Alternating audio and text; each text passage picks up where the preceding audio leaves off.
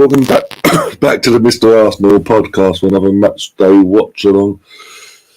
Nice and early start. As you can tell here in the UK, it is currently 10 past, I believe. My phone's got somewhere. 10 past 8 in the morning. We're 20 minutes away from kick-off. It's England versus Nigeria, round of 16. Chance for fighting for a spot in Saturday's quarter-final. Go away, Dilly. Go away. You know, bloody cats every time. So by the way, my voice is a bit croaky, and as you can tell, it's a bit not normal pitch, as you'll probably become accustomed to. If anyone that doesn't know, I was at Wembley yesterday, and this is now the after effects. Sadly, droplet of fluid, with a blaring heat, blaring sun in the face for 90% of the game. Okay, stop saying 90%. 99.9% of the game takes it out of you as well. Clearly, but I will be doing my best. I will power through. If you are new to the channel, by the way, do smash that like button, do subscribe, do share the content around as well, along with regulars as well. And yeah, as I say, we are 20 minutes, just under 20 minutes away now from kickoff against, around the 16 game against Nigeria. And again, this is not, I repeat, is not going to be as easy as some people might think. Purely based on the fact that Nigeria, so far in this tournament, have turned up. They beat the hosts comfortably 3-1 in match day 2, and haven't looked back basically. And as I say, this isn't going to be easy. That being said, we are still the favourites for this game, and touch wood, we don't do what Australia did basically. We don't revert after a massive win last time against China. We don't revert back to our gameplay, so we say, against Haiti and Denmark respectively. That being said, Serena has stuck with the formation that worked last time out against China. That she has kept with. That she has made some changes to the 11. Good changes as well, because big news came out yesterday. Kira Walsh was in contention. She had been training with the team after picking up a knee injury against Denmark. And she is starting ahead of Zeno. She's back in the 11. And just going to put the team up on the screen now. Hope you guys can see it. I'm going to read the team out anyway. We've got obviously Mary Earps in goal, Lucy Bronze, Kira Walsh, Alex Greenwood, Minnie Bright, Lauren James, Georgia Stanley, Rachel Daly starts as well.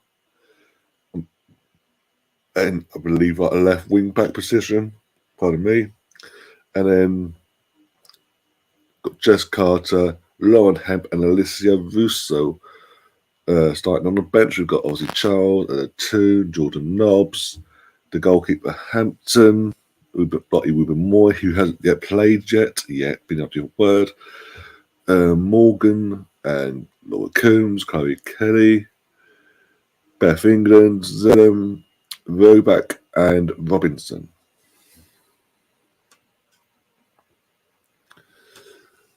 So no messing about today. Got Emerson as well. Big up Emerson. And I did notice yesterday you popped into watch the game with Gary and the guys as well. So I hope you enjoyed yourselves yesterday as well.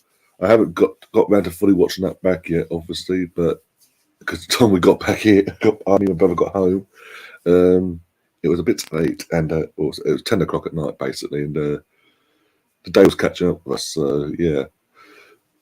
Good morning, Ryan, and anyone watching the watch along. You're looking great. Yesterday's exploit. Oh my days! Don't sound it though, do I?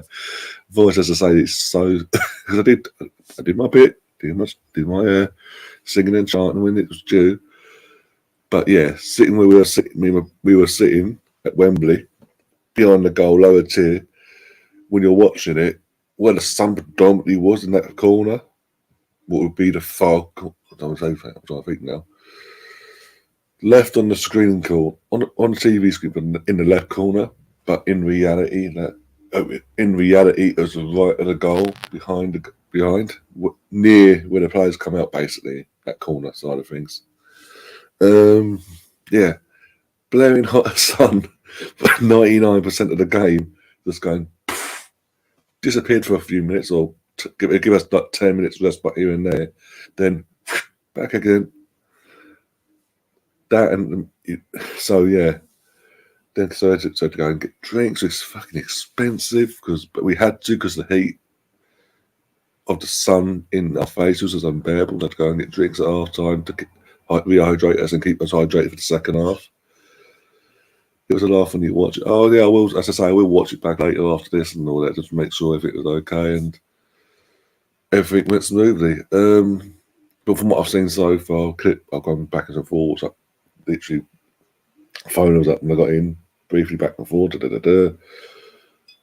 Making sure there's not any new faces in the chat will behaving, things like that. So I will do that properly after this stream. But yeah. Oh dear. Apparently, Tom was a bit cheeky, from what I've been told from a reliable source, so to say. But how are you doing anyway, Emerson? What you think? How are you thinking about this team as well? Because no excuse in terms of the team we've put out. There's no excuse for us not to get through today. Let's be honest. But hey, it is what it is. We can't do a USA. For anyone that hasn't been keeping up the World Cup, defending champions, and the team that was going for the three-peat, the USA, are out. They played Sweden yesterday in their round of 16 game, 0-0 after 120 minutes of football. Went to penalties. And they had a chance, to be honest. They had the chance to put Sweden out in the regulation 5 penalties. Because what's I think now? I think the USA went first, so it was like 1-0, 1-1, 2-1, 2-2. Then 3-2, USA were up. Third Sweden penalty, Sweden missed. But then straight away, Megan Rafinha stepped up for the fourth one and put it a bit wide of the post, so we say. Or wide of the goal, just fucking way away from the goal, basically. Turned around, started going. Which apparently hasn't gone down well in the States because he's literally, the proof is there, the video evidence is there, the image is there now of her just going, basically chuckling away whilst missing a penalty, thinking, no, we're okay, basically. And obviously then Sweden scored their fourth penalty, level things up. And I think now, and then obviously the USA scored their fifth, and the Swedes scored their fifth, took it to sudden death pen. The USA goalkeeper stepped up for the first sudden death pen, stuck it away down the middle, and then Arsenal's Leah Hurling steps up. And to be honest, I was watching it and I was thinking, oh God. I'll be honest, I was like, anyone but Leah. I know, because again, flashbacks to the Champions League when she went missing in the Champions League semi-final at the Emirates, sorry. And I'm just thinking, anyone but her, surely anyone but her. But then I thought, you know what? It's Sweden, it's a country. It might be different. She might step up. She kind of did. She got the shot on target. The keeper got a hand to it, but the backspin, because she didn't. I don't know how it happened in terms of she got hands, a full hand to it. It sort of spun up and backspin, and then landed over the line. And VAR to check it, but the goal was then the goal was given. It was awarded because it had obviously got a play or whatever. It hit hand and went in anyway. And Leah Hurley's like, come on. Oh, we have one. Okay, I'm off. And when they about 5 minutes later showed the confirmation, it was hairline fracture, basically, of how over the line it was. It was literally a millimeter either way of being potentially disallowed. But they hold the ball across the line by a millimeter. It was hairline FC basically, and Sweden got through. And that might do the hurling the world a good, because it doesn't seem like we're going to be loaning her out or selling her on or anything. So again, confidence-wise, because he didn't have the best of seasons last year with us, that might do her the world a good. And we'll see. Obviously, I don't know. So I need to check actually who Sweden have got in the quarterfinals. But it doesn't affect anything in that sense yet, because that takes part on the other side of the draw. So we couldn't play Sweden until basically the final, basically. But it is what it is. Good lineup, as you said. Nigeria will make it tough, and I think we have to control the midfield and attack their back four. Yeah, exactly. We can. The gist of it is we can't do what we did against Haiti and Denmark, respectively, in terms of performance, in terms of going in patches, in and out, having control of the game, not having control of the game, because Nigeria showed in this World Cup against the host nation, who now, are they out? I can't remember now. Australia, I don't think they played them. Either way, Australia, they played the host nation, Australia. Australia went missing in that game, in and out, and eventually just completely just fell out of it. And then the second they switched off, Nigeria punished them every time. And that was it. It was just like, okay, welcome to the World Cup. And they kicked up, and then obviously the next match, I think it was 0-0 against Ireland, but they knew they didn't have to win in the circumstances. And they got through, and they won. I think they won the group. They won us up because we won our group. Sorry, but either way, it's still an achievement, considering they weren't going into this World Cup. Many pundits and in the nose weren't expecting Nigeria to do anything really in this World Cup, along with a few other countries. But it is what it is. Teams are in the tunnel by the looks of it, getting ready to come out. Got Mary Earps on my screen. Come on, girls, come on. No messing about today. I would have worn an England shirt, by the way, but I literally got up about quarter to 8. Sorry, that's the first shirt I get my hands on, picked up, put it on. Oh dear. I didn't wear this. I wore the home shirt at Wembley, by the way, because we were wearing the home shirt. That's my thing of whatever shirt we're wearing, I'll wear that shirt, obviously, at the game. Oh dear. To be fair, I did see a few dotted around from what I could see, in terms of what I could see at Wembley, anyway, in the actual stadium. Quite a few of the Arsenal fans wearing this particular shirt, and yeah, from a distance, it doesn't look too bad. As I say, as we've been saying, you won't go missing. Put it that way. Even from a distance, because I could see fans wearing this. So you won't be getting lost in this shirt.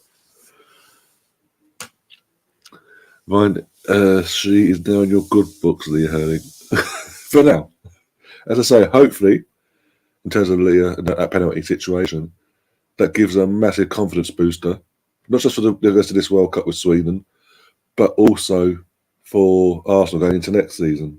Because it doesn't look like, as I say, we're going to be loaning her or selling her on or anything like that, as it stands. So we're going to need her to step up now and sort of kick on with us as well. And she's one of them players. She's a confidence player, by the looks of it, and hopefully, as I say, that'll give her the world of confidence, being the one that obviously got her country through and all that, to a quarter final. And then good luck to her. Just meant yesterday, because I met on the first round of knockout games. A couple of my fantasy players got obviously are out basically, so I've got to replace them. And I've been thinking yesterday, oh, for God's sake, Holland playing, that should be through, but obviously Holland, I've got Pavlova in my team. And then obviously with Sweden, I've got Amanda and Stina in my team as well. And I think, no, for God's sake. The way the Sweden game was going, it was like any moment now. If Sweden switch off, this could be curtains basically. But they didn't. They stuck at it. I think, thank God, I haven't got to take more players out yet. Thank God. In terms of the next round of transfers and all that. Oh dear. Let's do the national anthems, by the way. England are having theirs done out first. And on to Nigeria in terms of their anthem. Andrew's in the chat, says good morning, Ryan and Amazon. Good morning, Ange. How you doing? How was your day yesterday? Did you enjoy the game yourself, wherever you watched it? I'm on my phone, by the way. My phone's got this. Right over in the kitchen. Bear with me, guys.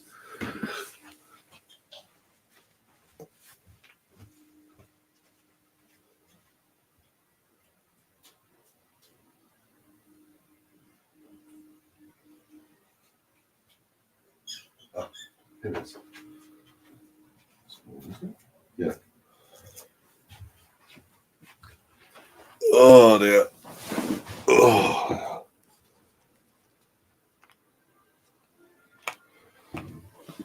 Bring this a bit closer. Oh dear.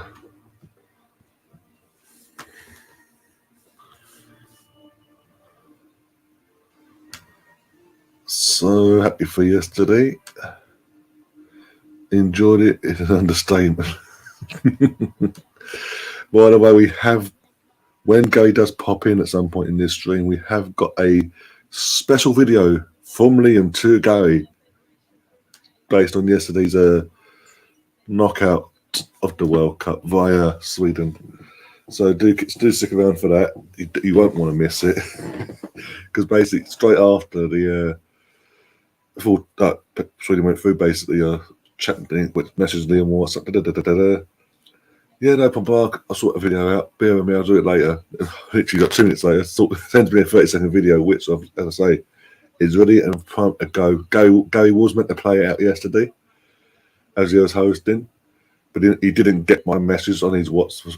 He didn't check his WhatsApp, basically, between, I think now, about 12:30 UK time till, I think now, late last night, basically in the UK. He messaged. I didn't see his note. I was like, no worries. When you pop in the chat tomorrow, I'll play it out. So it's there. It's ready. It's prompt to go. But basically, yeah, it's Liam being Liam, banter wise, having a good old chuckle at Gary's expense, so we say. Oh, stop that. Let's put a light on. Fucking broad daylight, I've got to put a light on.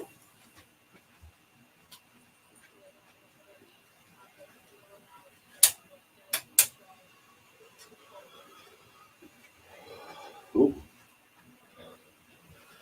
Person in charge of VAR is a Yank. What could go wrong there?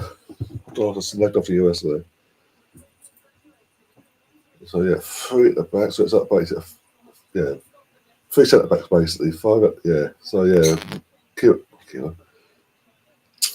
Rachel Day is a left wing back today. Yay.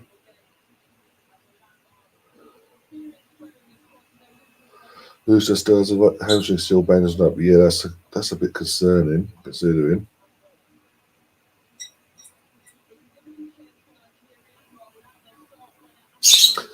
But I don't know, because again, with the system that Sweden plays and all the way we want to play, Beth England doesn't really, unless she's in the squad, but again, it doesn't really suit the system.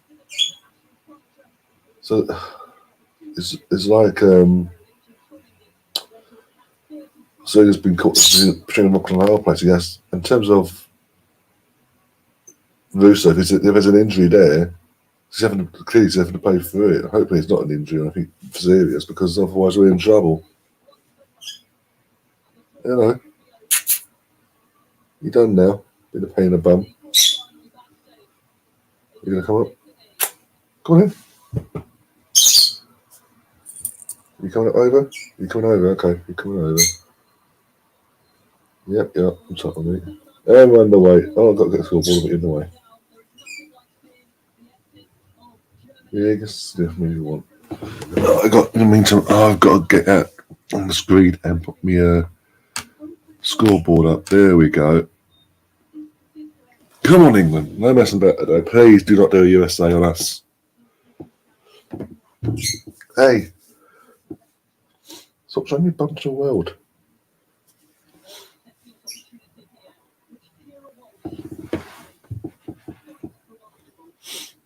Right, come on.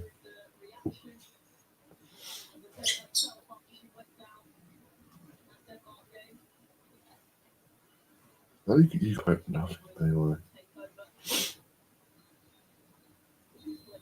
I got a free kick here.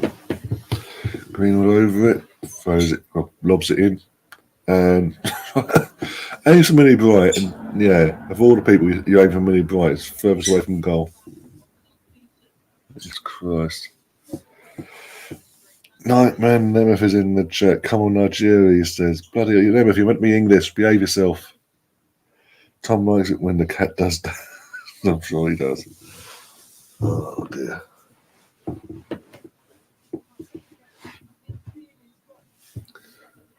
See, I've got to move on like this now because you're in the way of the camera.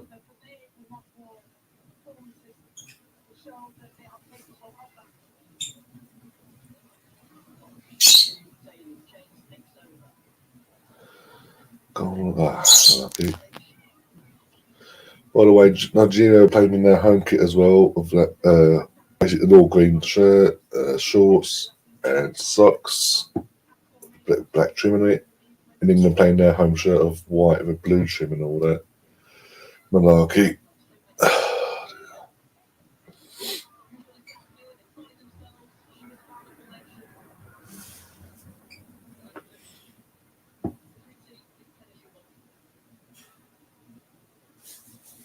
Do you know what you're doing yet?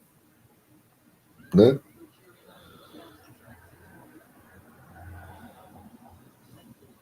I know where you're going, don't you? So, I've got to sit forward. Have I?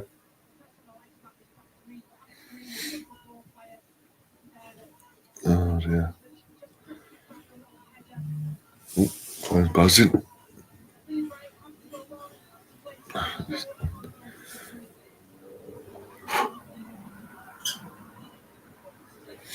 Come on, girls. Come on, girls. By the way, Nigeria, I haven't said this yet. Obviously, realised it when they played Australia, but they do actually have a player in the women's team named Kanu. I don't know if there's any relation there, I doubt it, but I'm just saying it. Again, Arsenal and all that. Oh dear. Just a bit of a throwback, if you're old enough anyway, to remember the Kanu, Nwaka Kanu of Arsenal.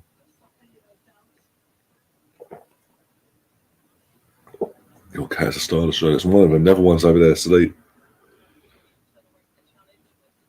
Had their breakfast, so one's there asleep over there, and the other one on the chair, sofa. And this one's just popped over. It's going, right, Bob. Scoreboard's covering your face. But I can see your ears, so we're all good. Yeah, it's an easy touches again from the girls so far. Scrappy start on both teams in terms of their first touches and things like that, making little mistakes here and there. But we've got a corner though. See what we can do from this. Hopefully it's better delivery than the bloody free kick we saw a couple of minutes ago.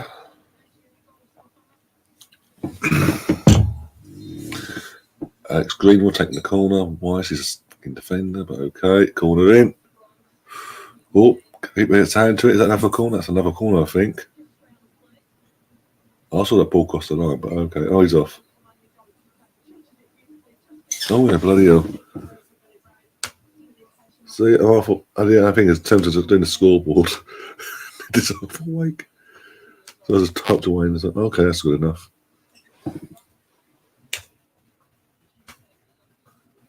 Oh dear. Apologies for that. I'm not English, I feel sick. You live in England, you're English. Oh dear. Oh.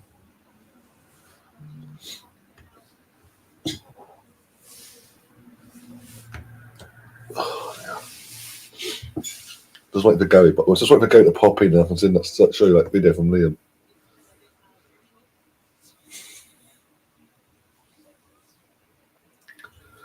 But yeah, so far, again, it's just like, nothing stand out yet. No one's had a chance or anything like that. I think it's a bit, again, not nerves, but also not wanting to overcommit too early on and making any mistakes.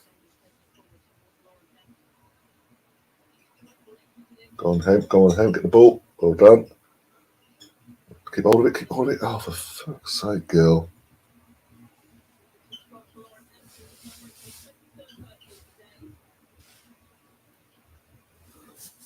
Oh, dear.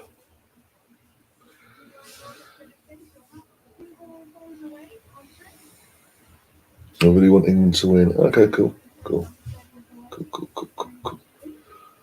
Oh, dear. It's a big week now. This is non-stop for me. This week will be manic. Because I'm doing this today, and I've actually do have to sort out between today and Wednesday. Slot in this kit ranking show with Sam and Tom, and then Thursday preview for Saturday,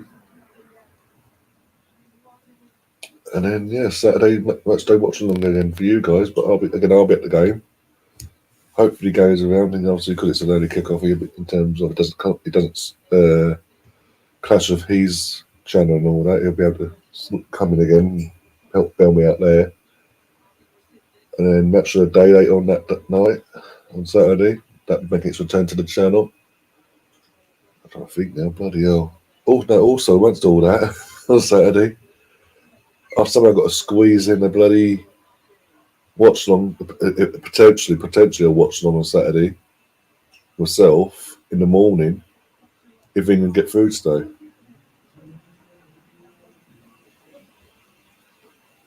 Yeah, I was going to say, as I said, I doubt they're related, but it's obviously again the name, and obviously from an Arsenal perspective and all that. If you're old enough from that era and all that, you're like, oh, maybe.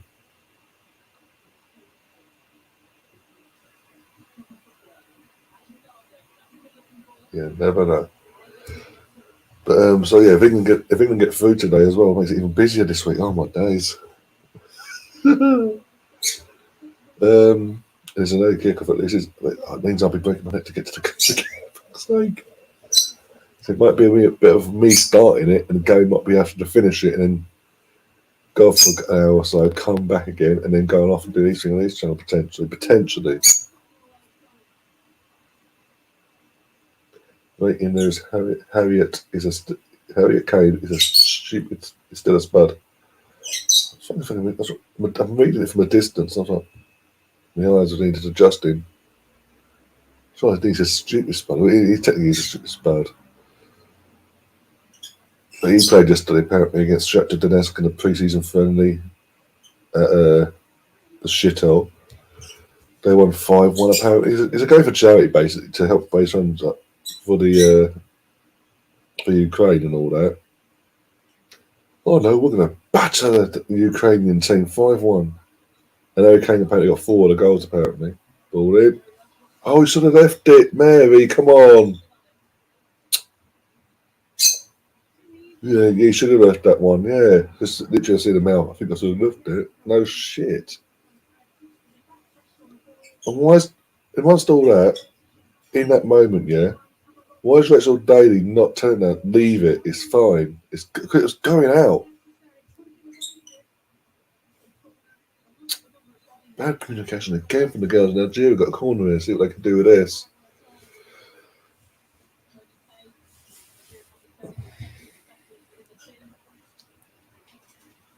As it stands, 10 minutes in, there's still no chances on goal from either team, but this could change over this corner. There we go, ball in. Lofted. Oh, no, a bit scrappy, but got rid of it. It's cool. Got rid of it. Again, nothing's for the keeper to work on. But yeah.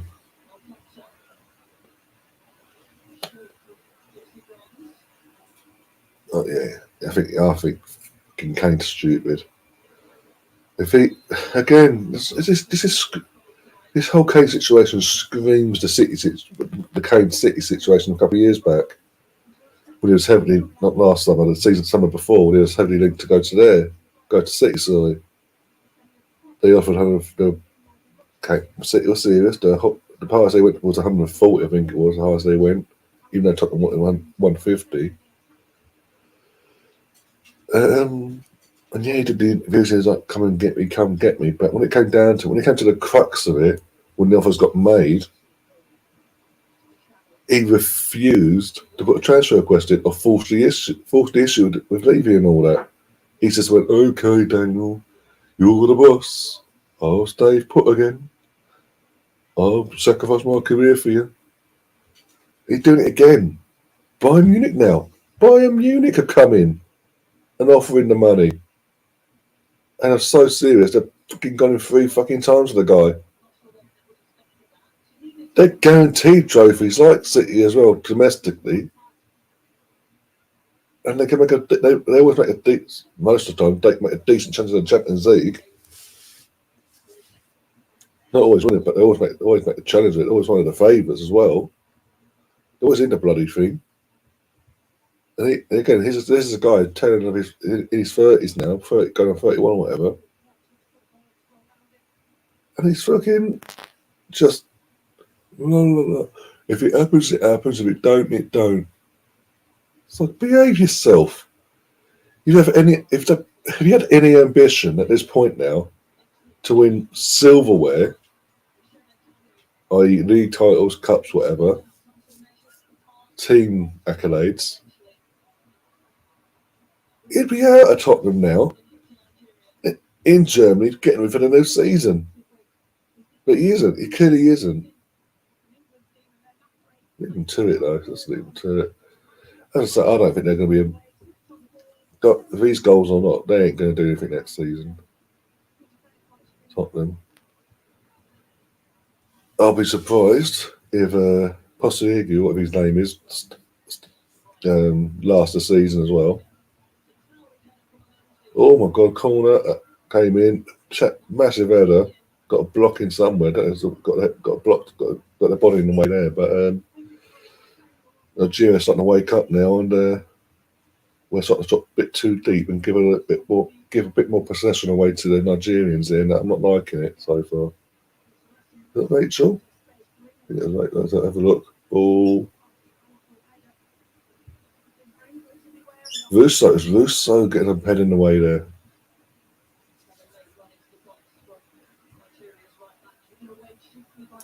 Our back four in general is not shaky. Again, they're getting the ball away so easily. I mean, he has no pace whatsoever. That's a back five, by the way. With 3 at the back and the wing backs. There's no pace. Literally, I'm watching it and maybe quite like struggling to gather any pace to her. This is not very. It's just ball watching bit there. If Millie Bright isn't ball watching, she realises that actually she could actually play the attacker offside and steps up a bit up the pitch. She could have played the offside there. But she's too busy ball watching. And then she's struggling to get back because that's not part of her game pace wise. Even Carter looked to struggle there getting back.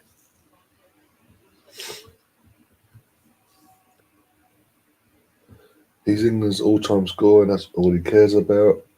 Goals over trophies all day long for him, and that says it all. No matter what anyone says about him, no matter what the media say, the Tottenham fans say, that sums him up. He is not ambitious. He is not a serial winner.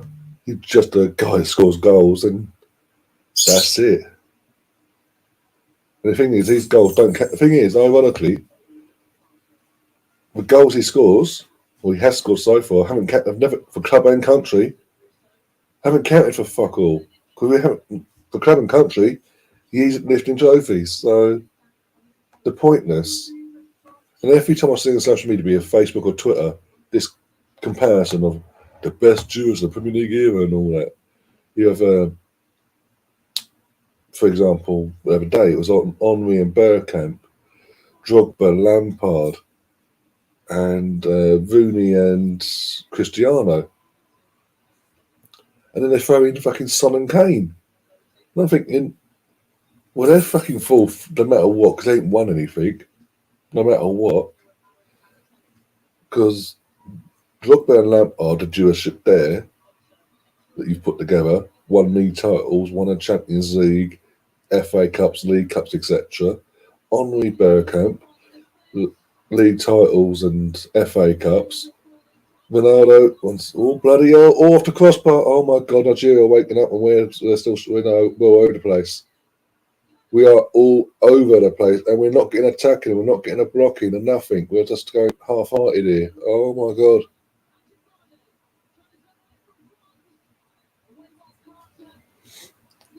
Yeah, we're in trouble. We ain't getting through today by the looks of it. Oh my God, Mary Epps gets herself across. First shot on target now. And then the player's got to get booked for that, surely. Just took fucking ones out from behind. How he ain't behind is beyond me. The crossbar genuinely has just saved our Arsenal. England from going 1-0 down in this 16 games.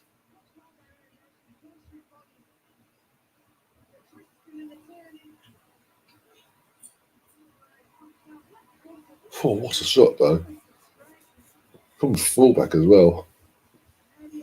Murray is not nowhere near it, by the way. I haven't got nowhere near that. Oh my days. As I was saying, so yeah, I was about the juriships. Ronaldo and Rooney won Champions League. Won a Champions League. Was it one Champions League or two? I think now. It was the one Champions League, wasn't it? Yeah, that jurisship. One Champions League. Multiple league titles. The League Cup as well. It was the Kane and Son jurisship. What has that actually achieved as a team, as a jurisship towards a team? Nothing, apart from goals. It's done nothing in the grand scheme of things because they haven't won anything. So I get pissed off seeing this. Every jurisship comparison put together, they always throw in the Kane and Son one. I'm like, but no matter what other juriships, you've always going to have Kane and Son last because they ain't won nothing. Stop making that comparison. Stop trying to force that narrative on people because it ain't going to work.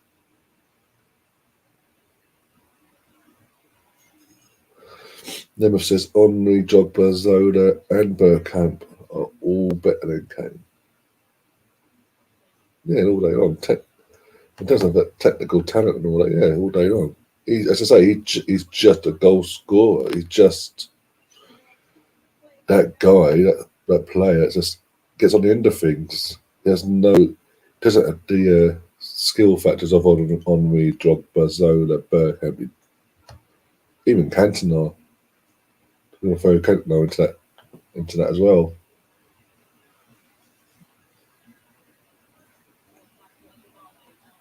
In terms of skill ability, they're way above him. Andy Cole's better than Kane. Yeah, he won treble for fuck's sake with United. He won multiple league titles with United. One part of that treble winning team in '99. But as I say, I said this 2 years ago. If he really wanted to go, he would have forced the issue. He didn't. So he doesn't have, and I've said it all along since. He doesn't have the ambition. He doesn't have the ambition. And this summer, before the last season ended, it was like, well, there's links here, may not going from, like, okay, prove me wrong, Harry. Prove me wrong. And he hasn't proved me wrong. Yet again, United might not have got anything, but Bayern Munich could come along, made serious offers, and he goes, well, if it happens, it happens. If it don't, it don't. And then fucking Daniel Levy thinking, you thick bastard, thank you very much. And Tottenham fans are like, oh, hey, he loves us. No, he don't. He's just stupid. And like yourselves, lacks that ambition to actually achieve anything in his career. Oh, top goal scorer. Oh.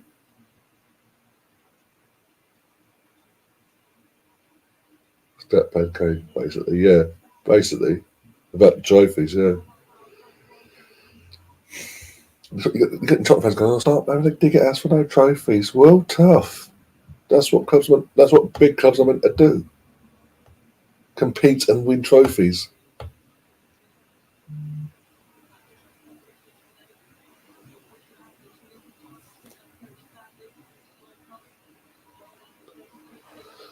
Alright, so share the group chat on Twitter. Don't fucking do that to me, Jesus. Right. Oh, here we go. Okay, for Bitch and Marlow, this is a bit of an Arsenal update, by the way. 2 minutes ago, tweeted out a retweet from his tweet from yesterday. So his tweet yesterday was exclusive, not voice, are closing in on Matt Turner deal with Arsenal. Here we go soon. All the alarm emoji, tree emoji, American flag emoji, hashtag not NFFC. Verbal agreement in place, personal terms also agreed, clubs finalising the details, then it will be sealed. Arsenal now closer. So David Villa could be done in 24 to 48 hours. That was his tweet yesterday, and then obviously now, as I say, he's retweeted that tweet with the emojis of a green tick, red emoji, tree emoji, hashtag NFFC. So it looks like today or tomorrow could be the day that Turner officially, he was at Wembley yesterday. He was on the bench yesterday for the Arsenal Man City game. It does look like he's on his way to Forest. I've said on social media, I'll be honest, if I was Arsenal, I would have held out moving him on until Thursday, Friday. Whenever the cut-off point is, I think it's Thursday, because it's a game on Friday, I think the cut-off point is on Thursday, isn't it? Midday Thursday. I think either 12 o'clock dead on or 12 Thursday. I would personally hold him out till then. About 5 minutes, but say 12:35, send the paperwork to get the deal, confirm the deal's been agreed from our end as well. Oh, go shot! Oh, good goal! Yeah. Russo with a shot there. The keeper was, even though she was off her line, because it was a low-driven shot, got down and got her hands in the way, got a body in the way as well. Recovery, bit of a snapshot in the end, but yeah.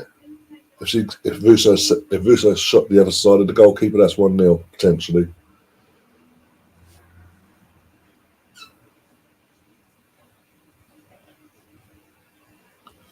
Would Kane be able to do it the same era as them guys? No, because them guys, as you say, they had more than just goals. They had more than just goals about their abilities. They had everything you could. Bergkamp and Zola, they were just different level in terms of their skill attributes and all that, and their general gameplay. Big up, that's how you're doing. Saw you was on the channel yesterday as well. Keeping Gary company. And then I've heard you had a little ding dong with Mr. Greenwood, because Mr. Greenwood was saying tinfoil hats and all that, and saying this is where I love Sam, but he can't just sit back and not criticise the ref, and the ref had a stinker yesterday. I was at the game. I've read all the rules, the updated rules and all that. How is it Arsenal being held accountable to them rules? Man City weren't. Pep, I kid you not, guys. I don't know if they showed you on the TV or not. I kid you not. Pep, numerous times in his during the game, when he's obviously meant to be in his technical area, dishing out instructions to his team, was literally stood in front of Arteta, outside of Arteta's technical area, pretty much on the pitch, barking orders to his team. Nothing was done. The referee didn't notice it or didn't care to notice it. The fourth official let it happen numerous times. But part of the news rules are things like that are meant to be eradicated. That happens, you're getting booked. Yet Arteta complains about a fucking foul on our player and got booked. And he stayed in his technical area. And then to have fucking Pep go after the game, oh, it's a nothing game, we don't care, basically. But you're yeah, I beg to differ, mate. Fucking run up our fucking touch or get in front of our manager while you're dictating orders to your team in the second half and the first half, respectively. Yeah, right.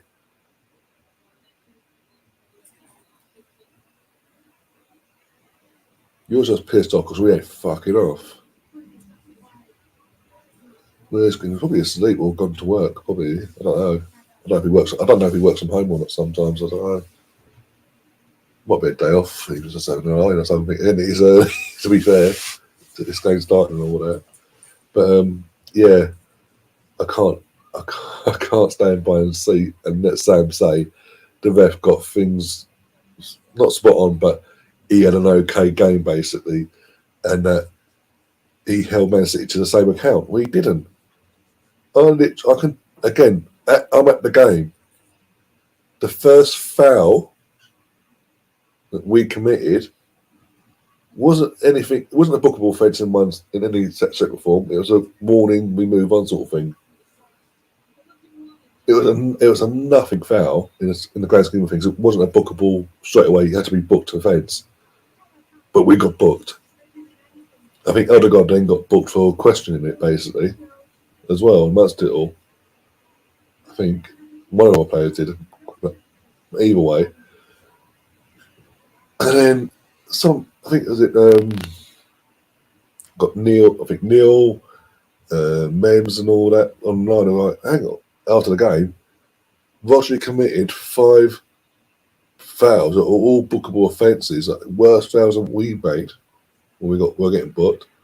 Not one didn't get booked once. We breathed on a player or breathed near the ref. It was a booking. Oh. Scrappy there, got away there for Nigeria. So we've had a chance.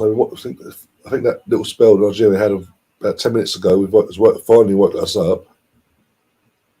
We're starting to get ourselves back in the game because we did look like we're going to go out of it and let Nigeria dictate this tempo. They've had a good game. Oh, don't you start them. Jesus Christ. He didn't. Stuart Atwell, I'm net. After we got booked for our first foul, the first offence we made yet, I'm there. Okay. Man City fouled. 1. I'm going to count them every time. 2, 3, 4, 5. I think it's like the 7th or 8th foul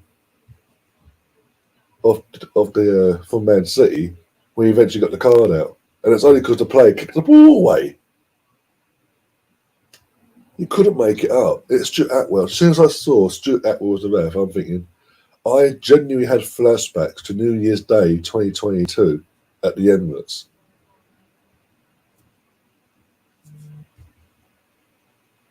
And he didn't prove me wrong yesterday. And then fucking, because of how bad he was doing in the first half and how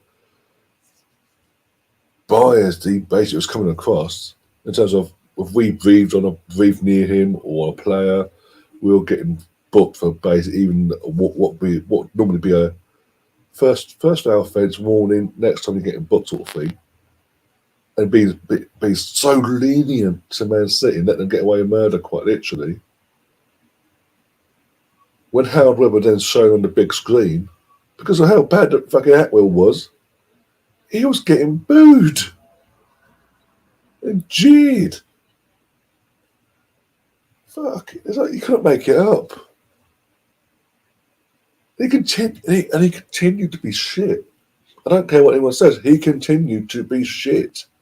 At no point did he level the playing field. Yes, he might have called fouls, but he didn't fucking book them left, right, and centre like he did with us.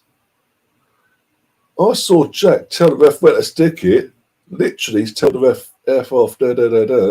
Nothing. We go. Why is he being booked? What? You're booked as well then. It's ridiculous.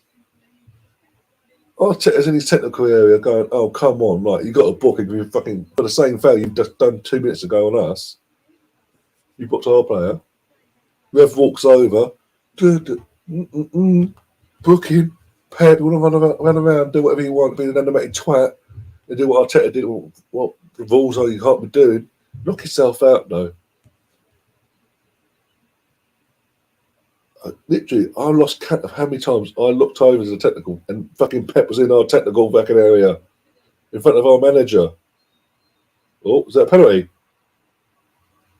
Rachel Day's on the floor, Russ pointing.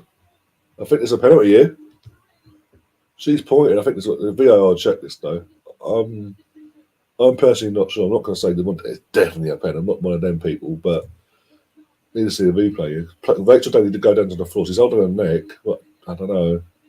Let's have a look. I think it's more of a coming together here. No, I think Rachel's made a meal of that. I'll be honest. I'm going to be honest here. I'm not one of them that goes, oh, it's definitely. I think she's made a meal of the contact there. Ryan Rance is back. Me, Greenwood, and Tom thought he did a good job. Well, Tom's a Leeds fan. He can hardly talk. His team only just got a point against fucking Cardiff. Cardiff at home.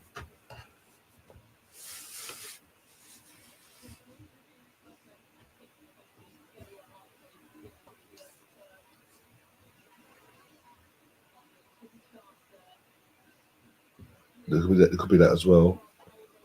They're not showing us anything, by the way. They're showing us a ref going, go away, calm down, it's being checked, calm down. To the Nigerian players. Do not give this back to Rachel Day, for fuck's sake. Or Jules Stenway. Russo is our striker. Russo should be taking our pens.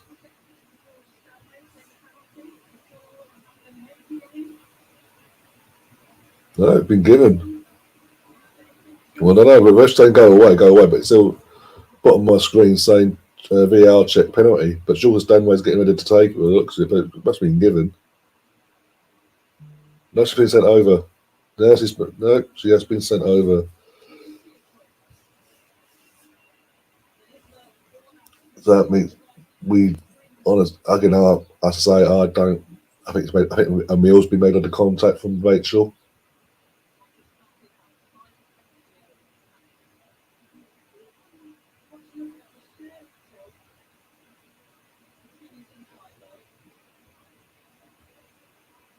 I don't think this will be given. I think this will be overturned. As I say, going by the real life motion, like for me, it looks like Rachel makes a meal of it. She feels the contact and throws herself to the floor.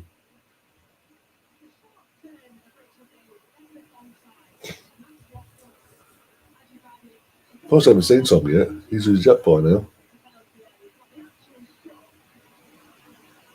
Right.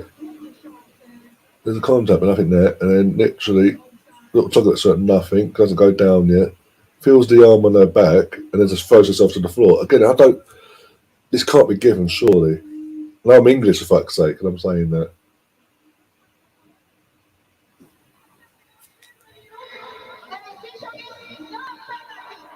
There you go, no penalty. It's been overturned. Observation's been sent over. As I say, it looked like, again, for me, you guys might disagree in the chat, it did look like Rachel made a meal out of it and just felt the contact. She felt the contact on her back, not the arm, and just literally flung herself to the floor because she knew the ball wasn't going. She wasn't going to get the ball. As soon as she realised she wasn't getting the ball, she threw herself to the floor.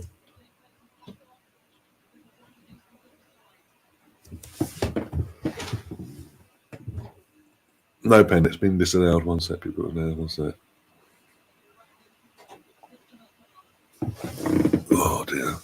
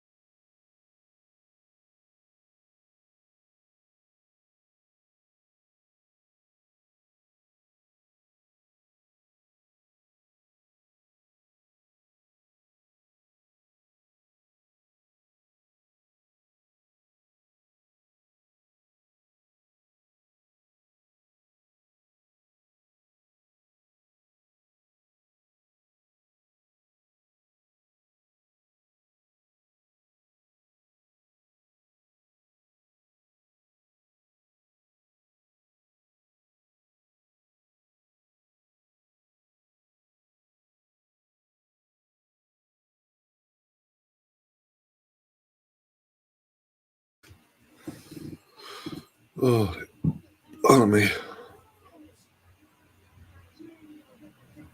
Oh, that'd be.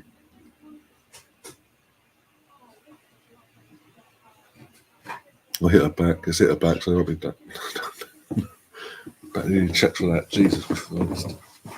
Oh, dear. Oh. Calling over Nigeria. Voice again.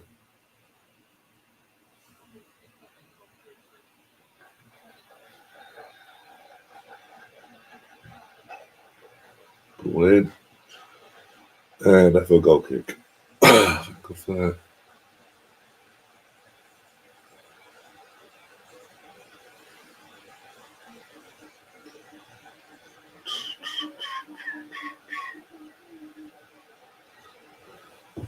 Oh, dear.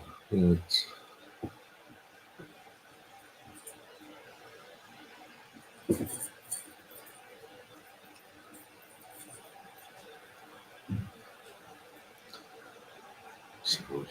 Something like England fucking hell.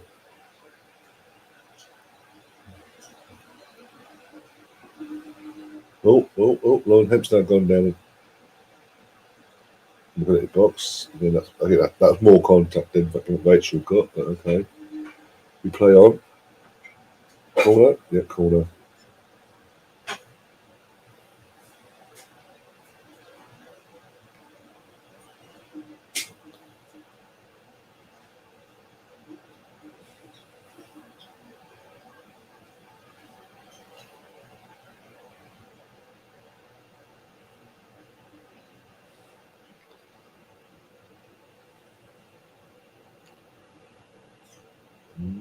Lottie's tweeting out saying it's a penalty all day long. Again, I'm just. I don't mind it. Okay.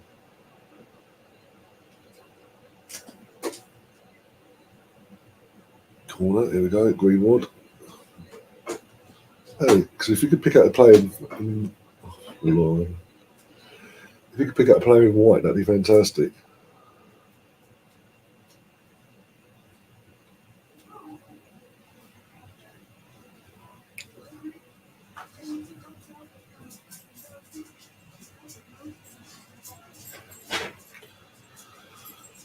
Oh dear. Oh, what's he doing? Oh, he's just scrappy again. He's going back to scrappy mode at the start of the game.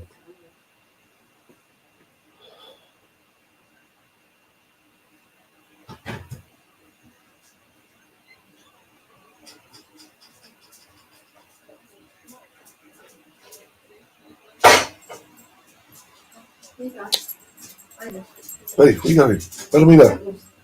He's going towards the stairs. He's gone up.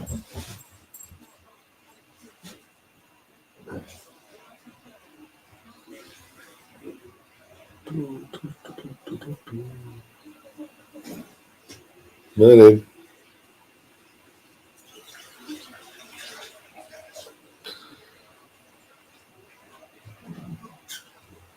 I'm sure he did. Wouldn't surprise me, to be honest. You say big bottle, you need like 2 litre or 1.5 litre bottle. Then if.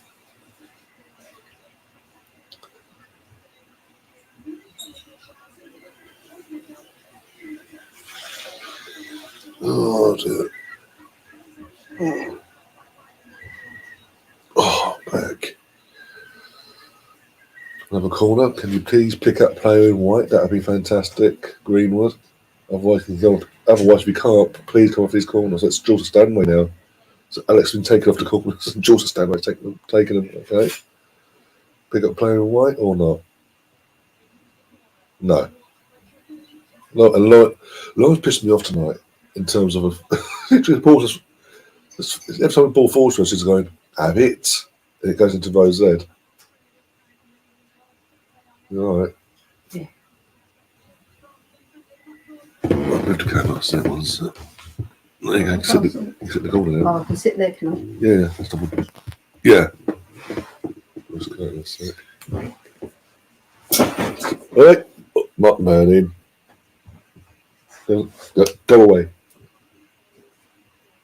Go away.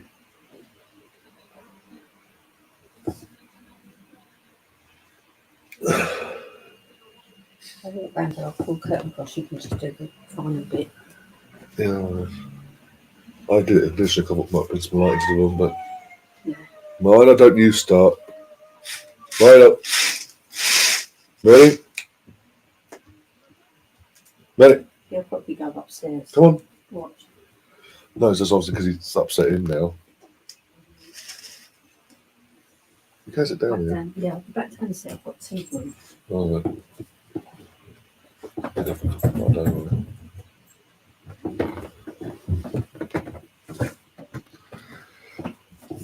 I've not been done my hair pink. Thank you very much. What I've got left of it? No. I got that up, don't I? The at half time, the circle light thing, whatever you call it. How do you get 2.5? Where the hell is he getting 2.5 litres from? Most I know of that's available is 2.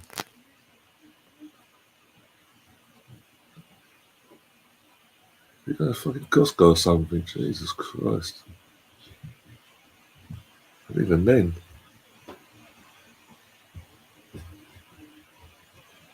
You need to check his fucking sugar levels after that then. But then again, that's what Lee's thirsty when he wants to lose a Cardiff at home match day 1.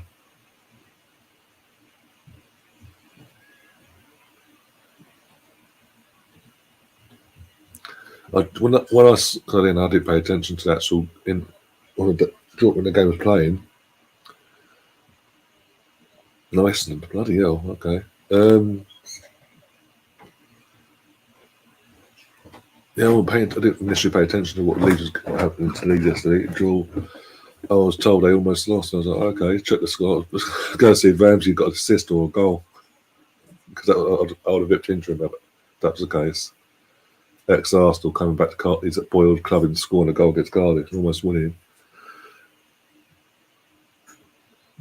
Just what it would, yeah. Absolute carnage it would have been for him.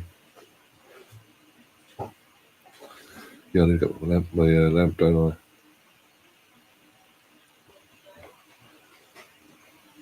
Yeah.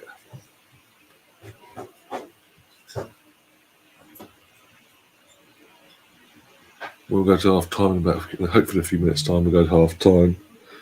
I'll go and get me a circle light, basically, whatever it's called it. Plug that in.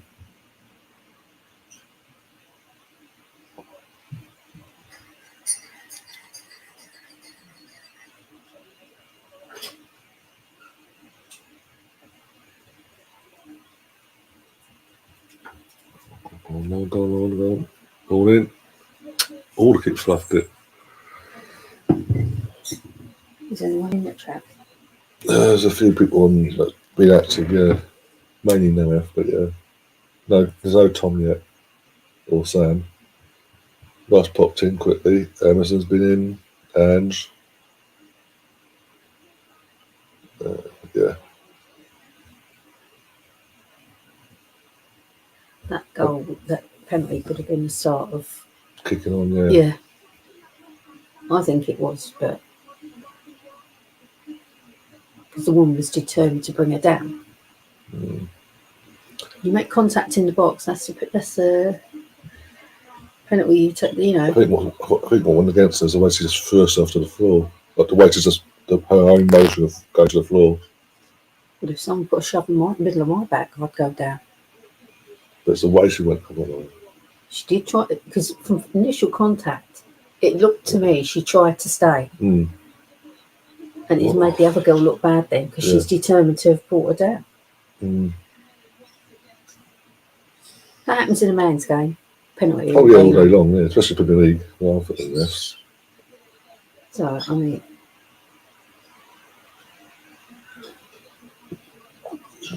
We feel we are lucky not to be losing this game, because Nigeria did at the crossbar about 20 minutes ago. Oh, I'm sorry I was up late, because I was in a live last night. I still don't understand why it went for so long. Why it went ahead. I might reach out. Traitors is live at the moment. I might reach out and check out with her and see what the fuck's going on.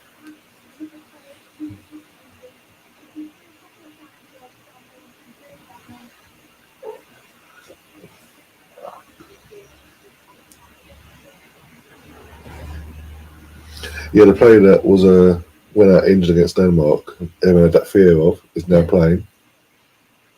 Okay. So again, risk there. Oh, that's not fair, is it, ref? Just takes her to the floor. 4 minutes, okay.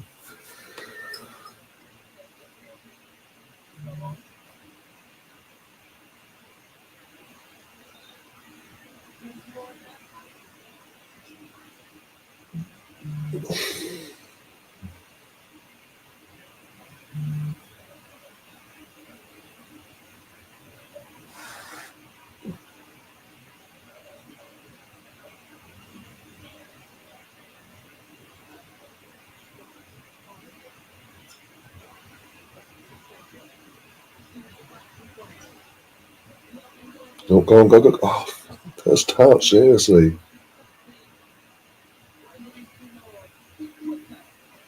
Have we made subject? No, first touch, no subject. No, don't be forced actually, either way. Oh, she still needs to be careful of the girl that came back. Yeah.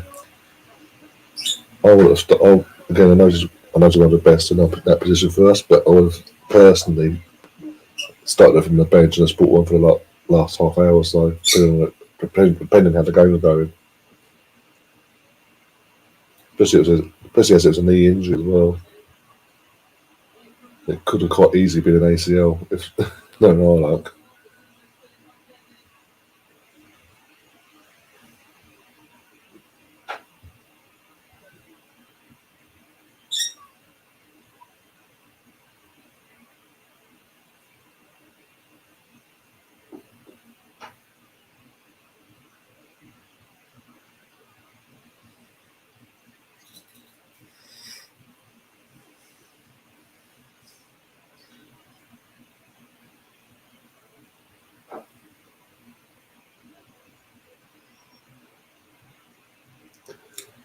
Yeah. You're not allowed to have TV heard on the. Yeah, I don't. Sky usually have a problem with that, and they strike, not strike, but they put a copyright. They claim the monetising and all that. That Sky do. Days, but you're not actually showing it. I know. So I don't risk it sometimes.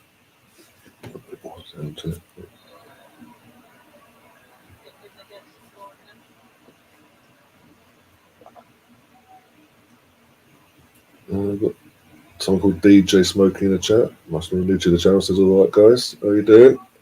If you are new to the channel, welcome. I haven't seen your name before, so unless you're Nemeth, just changing the name because you're bored.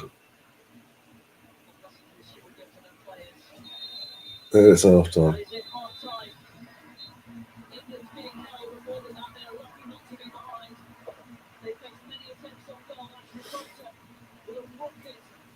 Yeah, I was saying to this lot as well about the ref yesterday because obviously we talked about Pepper and all that and how he's getting away with murder and that ref. The ref don't care what Sam says because I've seen clip of going back and forth. Oh, you watched it all back, have you? Not, I haven't watched it properly, but I've gone back and forth when Sam came in. He was like, "Oh, Russ, you're so wrong," and I think the ref did sort of have a balanced game. He had a good game. Like, I was there. He didn't. There's a literal stat of their CDM Modry, the one that missed the penalty. I was shocked to hear that in your chat, you see, at the time. Yeah. Panel, I'm like, these supposed to be supporters of your channel. No, Sam is always he's like, it's not just an Arsenal thing in the refs, it's a general thing they ask. We don't dispute that. It just seems that the majority of the time they do target us. Yes. Or Man City, Man U, Liverpool. It used to be always Man United. Chelsea especially. And now look who's in charge, by the way, of the referee, Howard Webb, Mr. Man United himself. He was there yesterday because the ref on the pitch was doing so bad. They put Howard Webb on the screen, booed and jeered like you wouldn't believe because of how bad Stuart was. I just don't. Again, how can you have a system like the refereeing pool where pretty much every ref you have on the books is from Manchester? None from London. Well, that's beyond bizarre. Not one referee from London. Midlands, if you're lucky, maybe one. Other than that, all from Manchester or Greater Manchester, like Bolton and things like that. And yesterday, Man City versus Arsenal. So Manchester. I know. I picked the refs that are from Manchester. That has history in this fixture 2 years ago. They've been having a nightmare and favouring Man City. And what did you do yesterday? Favouring Man City. It's blatantly obvious. As I said, I said to these guys as well, I watched Pep a few times throughout the game, first and second half, for a nothing game. He was in Arteta. He was out in front of Arteta in the technical area, barking orders. He wanted nowhere near his technical area. And part of the rules are, new rules they brought in, if you're outside your technical area, you're seen, you're punished, you're booked, whatever. Yeah. What was the fourth official doing then? Where was he looking? Because he had to go past the fourth official to get to where he was. He was arguing with the fourth official. We had to see it up on screen. That's something he don't give a toss about. Yeah, Arteta got booked for questioning why a player didn't get booked for the same foul that our player got booked for 2 minutes prior. Yeah.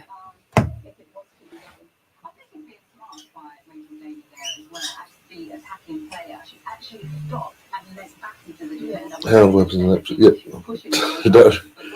As an Arsenal fan or football fan in general of a certain age, DJ, I remember the Howard Webb days when he was actually a ref. He was regarded as Man United's 12th man. Whenever he got Man United game, 100%. Whenever he got a United game, be it against Arsenal, Liverpool, or whoever, he didn't hide it. You knew which way. Yeah, you knew United were going to win that game no matter what. And now he's gone to the States, whatever, doing his thing in the MLS for the last few years. And because the last guy that's in charge of our system was such a corrupt see you next Tuesday, and it was the guy that was in charge of our 50th game and doing such a bad job, they went, "Oh, Mr. Howard, please come back. And he's come back, and straight away he's got worse. How can he make something worse? He's fucking managed it. He's managed it somehow so far. To ram it home even more, back when we played Brentford last season, we drew in the end because of a mistake by the VAR official Lee Mason. Look at his actions throughout the week. He sent an apology, and that's his thing. I'll send apologies. If we make mistakes, I'll send letters or emails saying sorry, suck it up though, sorry though. He had no intention of sacking Lee Mason. The pressure got to the point where he had to because of the public outcry between the media and football fans alike. He had no intention of sacking Lee Mason. Just like recently, what's the other one? The guy from Liverpool. Oh, his name. Got regarded as a top man because every time Tottenham scored, he'll celebrate.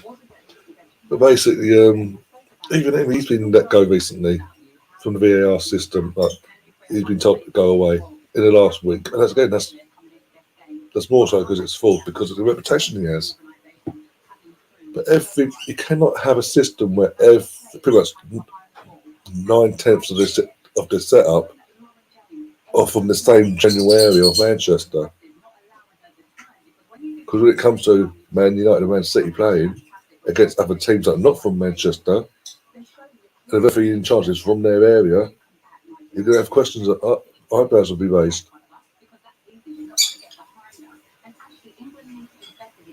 But because the FA and Howard Webb in general don't want to invest the money properly into developing proper officials throughout the country, up and down the country properly, which I should do.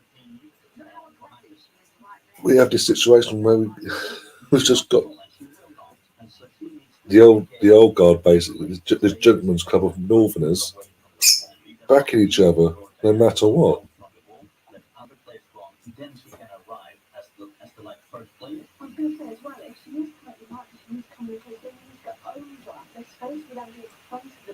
So it's moving towards our defenders. Don't play it into her. We want to go further over. So she's moving the players. Some of them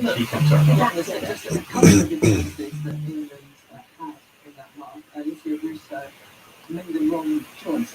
Yeah, just a little bit of finesse, we were saying, and he just didn't the goal, and she had loads more time than she actually thought as well. Obviously, it dropped him out perfectly.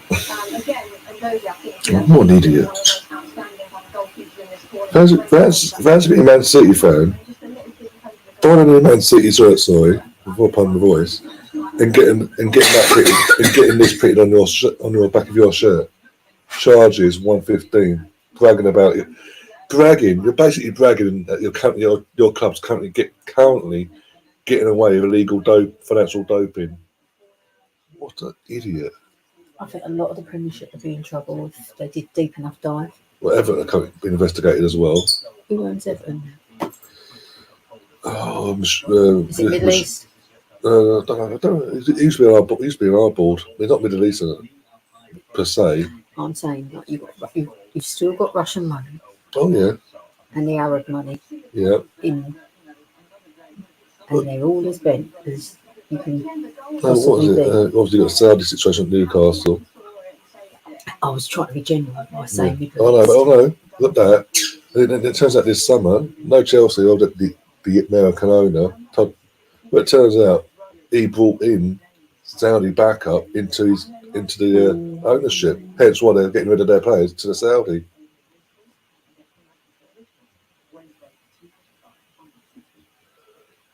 But don't you think it funny that you've got players in the Premiership that have got issues with how Saudi and the Middle East in general actually have an issue with homosexuality? Yeah. And yet these same players are then signing big money deals, and they're there running. Yeah, I call it. Yeah, herself. It's the only way to describe. One of them being an England player, Henderson, as you know. I know you've been diplomatic there, but Southgate then gone and talked sport a couple of days ago. I've spoken to Jordan, and he's still got a chance of being in the squad.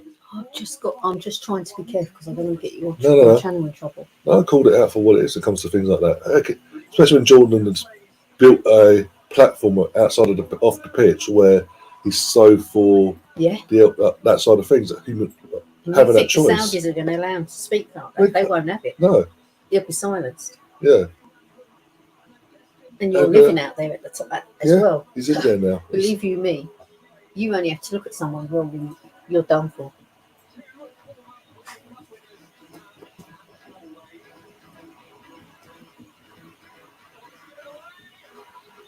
Your generation, maybe slightly younger, won't realise how bad the Middle East really is.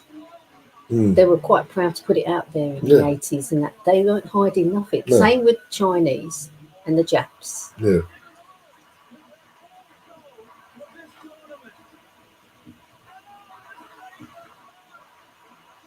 It does feel like that all that movement forward that in general different parts of the world have made to be more up to date and more inclusive is going backwards. We're going back to days of dark days, basically. Thatcher's era, her mindset on certain things. Going back even further. But Suzanne is more. You weren't even seen or heard of if you get from a certain colour or certain way in your sexuality or anything. It's going backwards.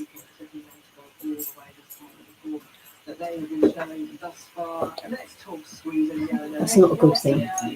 Yeah. Maybe happy, that's it's Swedish, so the Arsenal manager. Yeah, everything seems to discuss and the use of goal line technology, the last penalty there, I think it's millimeters, but It's just sliver. Does this go to penalty shootout at the end of the for 90 minutes? Extra time, then penalties. Half hour. Potential boredom before this happens.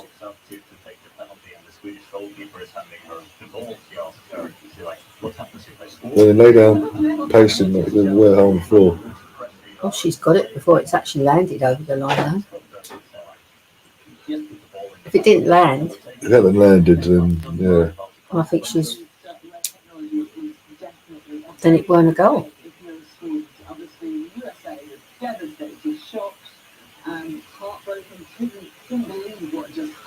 City owners have blood in their hands. Yeah, well, we all know the situation in general, but in terms of ownership and the illegal doping, now we know the charges put against them, and apparently it's growing by the day.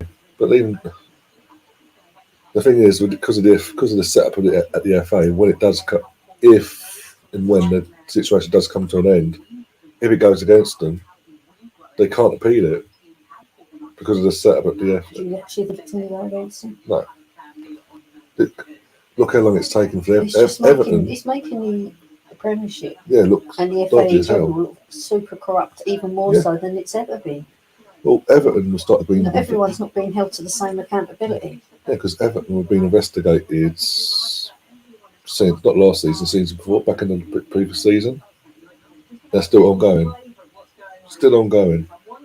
This Man City situation, we've been investigating for 10 or so years.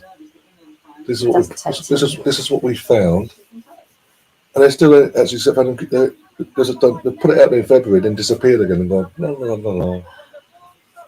Yeah, I've mentioned it numerous times. Whenever there's a corruption elsewhere, like for example in Italy, 2006 for example, match fixing scandal. As soon as there's a hint of it, they're telling the FA got involved, did the investigation within months. Right, guilty. This is your punishment. You're relegated. Points deduction. For the severity of your crime. It's dealt with it immediately. We just go la. Let's be honest. UEFA ain't exactly. Oh, UEFA's UEFA, but I'm just talking about in terms of the Italian FA itself, they get stuck in. One dodgy character with another one. FIFA's no better either. That's what I mean. Yeah. FIFA, they're both. We've got two different entities, but neither of them are any good at the moment. Yeah, as I say, in England, we're investigating you. 3 years later, oh, by the way, this is what's happening. You'd think there's a severity of 115 initial charges. They'd be breaking their neck now, the FA, to get it dealt with. So it's done and dealt with. What have they been doing all summer?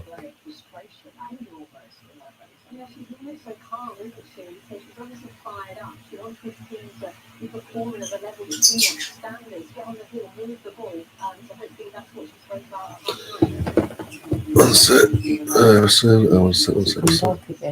It has a bit, yeah. Can I plug the under-20? Oh, yeah, you can plug away. Last pre-season match away to Bishop Stafford. Tomorrow, kick-off at 9:45 p.m. UK time. I will be there doing the Arsenal group report and on the WhatsApp group and the reference. Okay, cool. No worries. That's cool. I'll take him up with me. That's all right. Just Second off's underway. And then I'll take To the full official he was talking to, both Pep and Mikel throughout the game and warning them. But fucking Arteta was getting fucking bombarded. He got punished for fucking even talking down to disagreeing with the ref basically about that one foul. Pep does it 20,000 times. It's okay.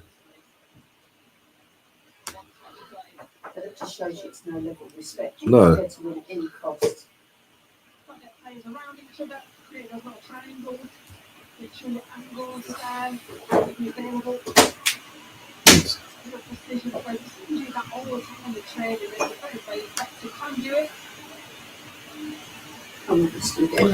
Yeah, if anyone's stepping over the line, guys, do use your moderating abilities and deal with them, basically. Be it time them out, give them a warning, time out wise, or completely boot them. It's up to you. The second half is underway. Man City in an all-you-can foul buffet yesterday. Yeah, they're literally, it was non-stop. As I say, I don't know who was in the chat earlier, Craig, but I was literally, after our first foul and we got booked for it, I then sat, my brother will back me up later when he wakes up. I'm there. 1, 2, I'm literally counting every time. there was a foul committed, and no booking was from Man City, and no booking was given. I'm there counting away, berating the ref at the same time because just weren't saying the same minutes. And the only time and then kept counting, and the only time he got the card out in that time frame was when I think that Jack Grealish booted the ball away, and he booked him for that. Out of everything.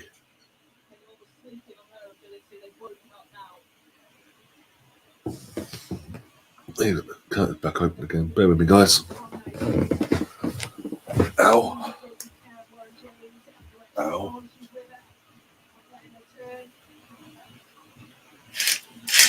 There's some daylight in here.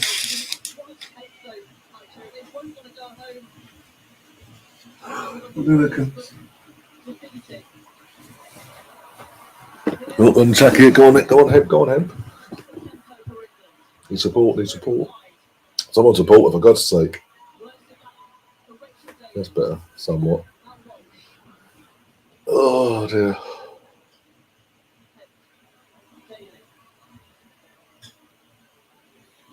Again, make sure there's some support there. Hoof the ball and hope for the best. Unlucky. Well defended there from Nigeria. Starting off on the front foot, but still not final third wise what we need it to be.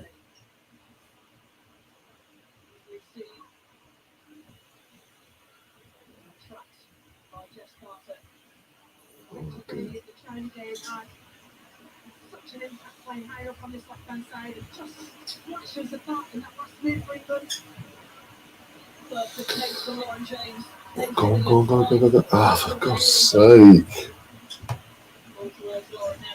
Final third again. Why is it with the final third at last pass or whatever to get into the box and create something? They keep fluffing it, the girls.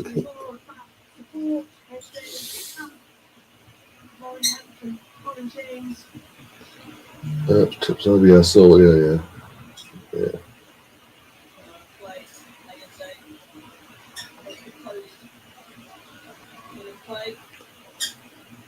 Next one, Tom, let's look at the team. Who would I put on though? This is the question. If we have to, we have to. We are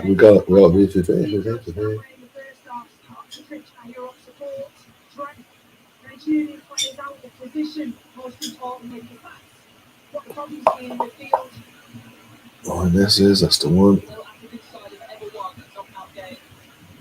You said that now, that's going to change, isn't it? Because the way this World Cup's been so far, that's bound to change today now. You said that.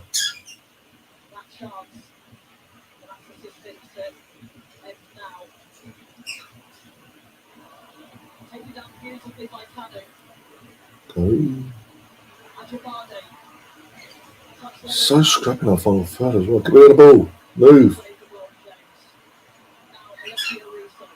We should hold the ball up, hold it up, get some support. Let's just hold it up in the meantime. Yeah, so bench wise, obviously Ella Toon will probably come on. More likely. Chloe Kelly. Nobs, hopefully. Apart from that. No one else stands out for me at the moment that in terms of an attacking sense that we can bring on and help change the game.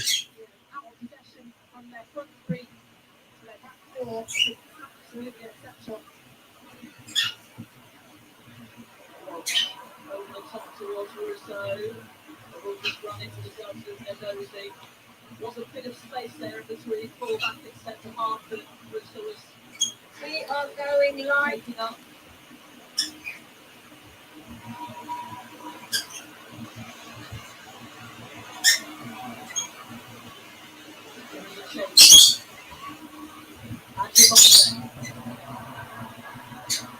Cross comes in and it's well tracked, headed behind by Billy Bright.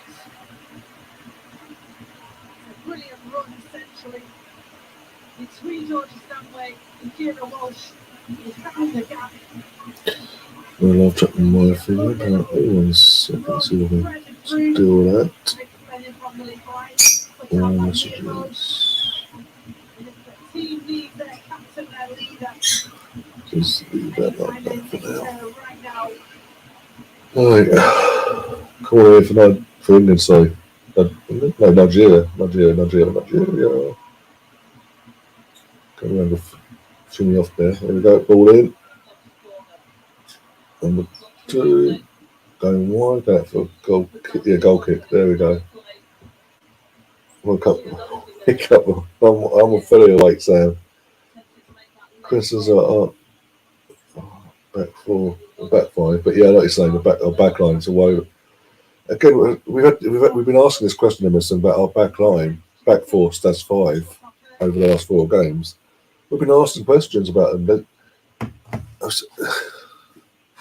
Millie isn't leading box. He's the captain for this World Cup because obviously Leah's not there because of ACL.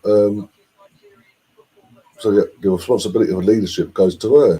But I've not seen her have that leadership quality to a game at all. She's not at any point got herself above the parapet on the pitch and gone, right, I'm in charge, girls, let's have a quick gather. This is how we're going to get control of the game. This is when they have the ball, you need to drop back and help me out because I got the pace, whatever. Nothing like that. It's just going for the emotions. And again, there's no. The fact that Jess Carter in that first half was getting outpaced out in the wing is concerning. Many Bright, you could tell she was struggling trying to get back. But Jess Carter's she's a youngest player there. She's got pace to her, meant to have pace to her game, and she was struggling. And we are getting all over the place almost. Oh my God, Kanu almost got an assist there for Nigeria. Just one touch from the forward that's just crossing it to, and that'll be it. Curtains, basically. Nigeria looks stronger than us physically. Yeah, that's just again because they're the underdog. They've got nothing to lose. They're just playing with that nothing to lose attitude, and we are. Again, one thing I said at the start of this stream before the game kicked off was not to do and show our form of the Haiti and Denmark game respectively in the sense of being in the game in patches. Don't do that. Actually, if you're gonna be once you get control of the game, just consistently be at it. Put the pressure on their opponents non-stop. Even the birds agree with me. Put that pressure on. They're not just it's patches. We're just going through these patches again of looking like we're half decent, doing this, doing that, and then we go. Now it's your turn, Nigeria. Just put pressure on us. But we invite the pressure back on ourselves.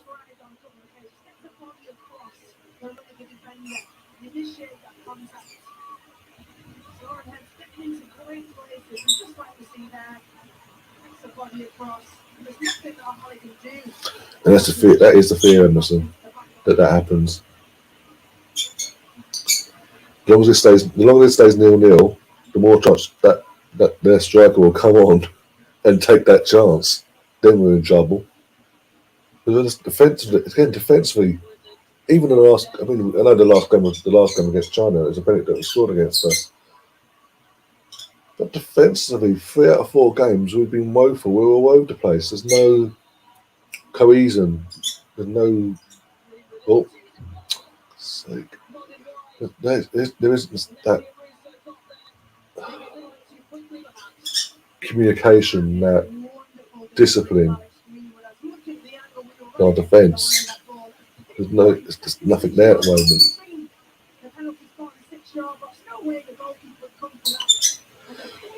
Well, these Arsenal fans getting the new third kit from sure they are fake tops. Well, Emerson, I believe, has got the third shirt.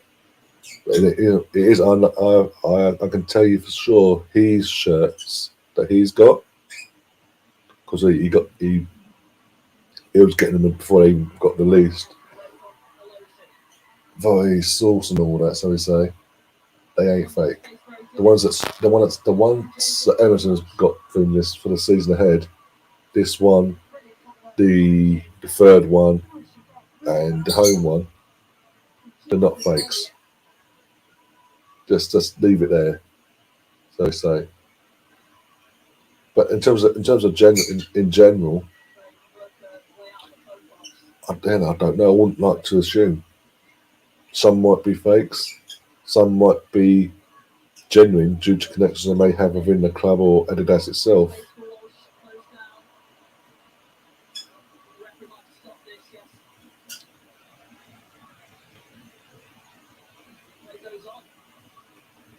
Ball in. Oh, for fuck's sake. Yeah. Also, Sam, what's this I'm hearing you were praising the referee yesterday's shock horror? You're still in the chat. Oh, what's that? Whilst you're getting to respond to that.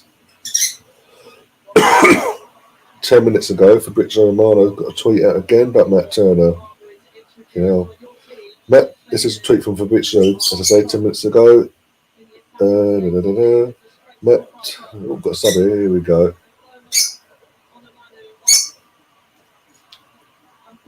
Manu's gone off, and Soda has come on. The worst fears are happening, guys. So Matt Turner will undergo medical today at Forest. Deal agreed on permanent transfer as we were on Friday. Here we go, confirmed.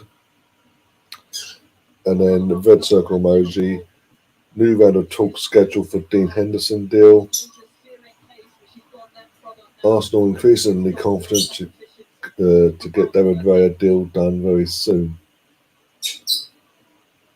If I can we're letting Turner go this quickly into the week. Yeah, exactly, innocent. But we're letting Turner go so early on, not in 24 hours after him being at Wembley with the team holding the shield and all that at Ramsdale. We must be close to getting that Raya done our end as well. It would be extremely naive of the club not to have our situations dealt with beforehand. And mate, even though he's having medical today, like Turner might be going off to Forest having medical, Nottingham, sorry. There might be a thing in place between the clubs that official announcement wise. Oh, unlucky. That's Rachel there, the chance. But as I say, there might be an agreement in place between Arsenal and Forest that an official announcement for Turner is not to happen until we've got our situation sorted with David Raya first, at the same time. So maybe I'm not saying I'm not saying that, but that's how I play. If I'm not Arsenal, I'll be saying, okay, go have his medical, but in terms of an official announcement, can you not do it until we've definitely got our end sorted first, basically, paperwork wise and all that.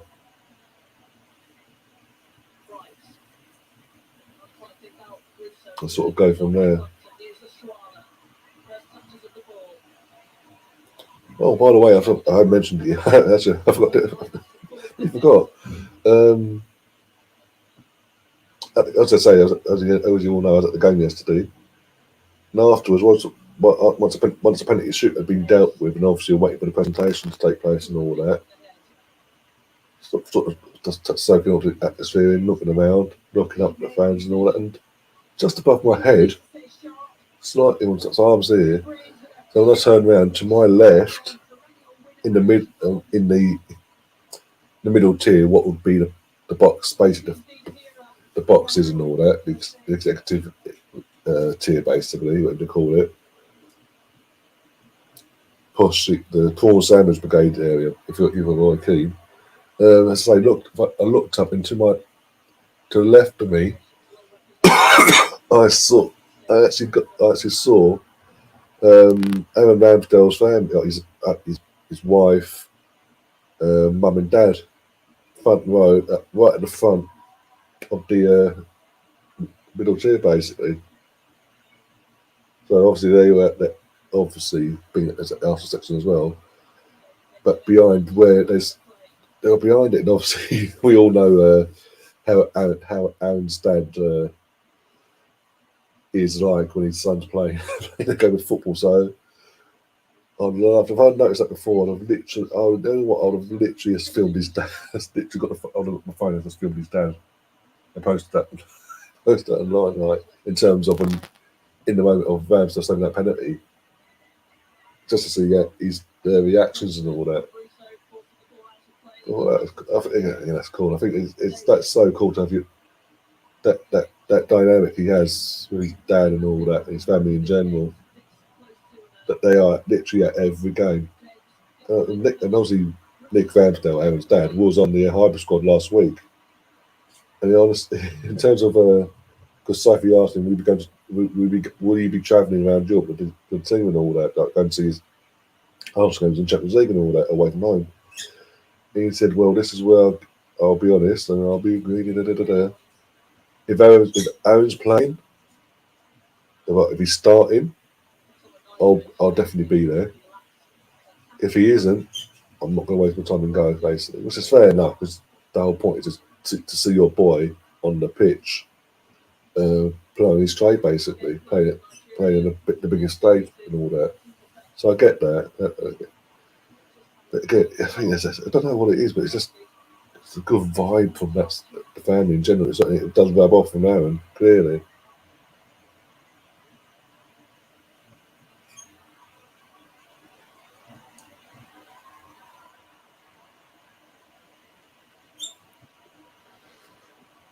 Oh dear. Also, my brother got a few photos yesterday because I was doing a bit of filming and take photos, but also he got a few photos as well. He got to send over to me today from the aftermath after getting the shield and all that. When the players are doing their appreciation a bit and all that, and lifting the trophy, so to speak.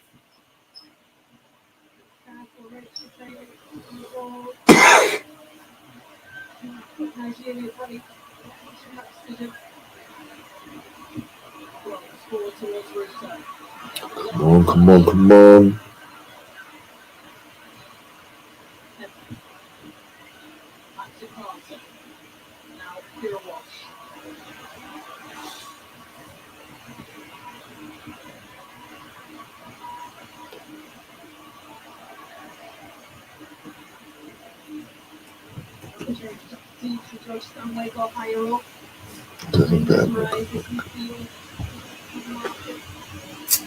Wait, get off that.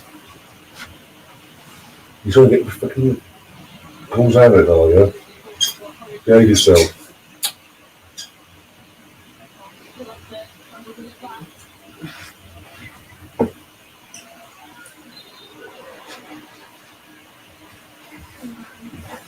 Little cat.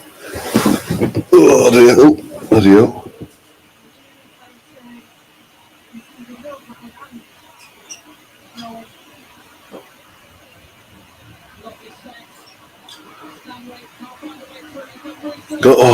Block again. Bloody hell. This game's so scrappy from both sides of things. But again, it seems like the flow of the game's gone back into England's favour. But for how long, though? And do we take advantage this time for once? But Emerson in the chat as well, in terms of the third kit situation. 18th of August is the release date. Not sure why the official date of the 1st of August was cancelled, as he believes it to be the stock did not arrive at the armory in time. Bloody hell. You'd think Adidas and Arsenal in general would be fucking shit hot on that. Oh, that's lovely. One sec, guys, I've actually got Arsenal calling me. Fucking hell.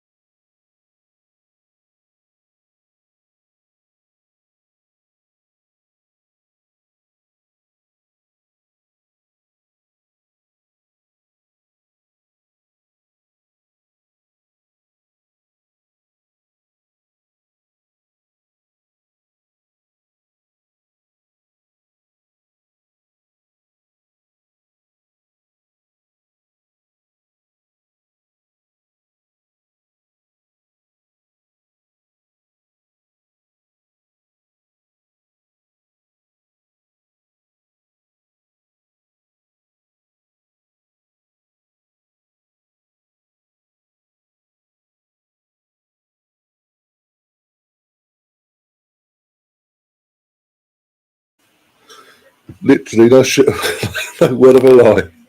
At nearly 10 o'clock in the morning, I'll get a phone call from the Arsenal. Oh dear. About the wristband situation they're doing for the season ahead for basically disabled members. Depending on their disabilities and all that, they are giving out these wristbands that basically indicate. Oh, for God's sake, this cat! Stop it! Stop it!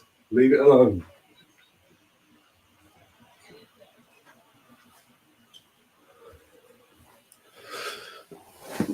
So as I was saying, yeah, basically for the season ahead, they've decided for any disabled members that are going to the games to give out a wristband. Basically indicates that you're a disabled member, and the medical exemption, any medical exemptions, what they are, and all that. That you qualify for whatever, be it in my case, epilepsy and all that. So that's just a phone call just to clarify that the details I've passed over and all that, and where to collect the wristband on Saturday. I'm probably going to send out a form that I've then got to take with me for every game to prove that, yeah, whatever. So, yeah. So, this yellowy Arsenal wristband, basically.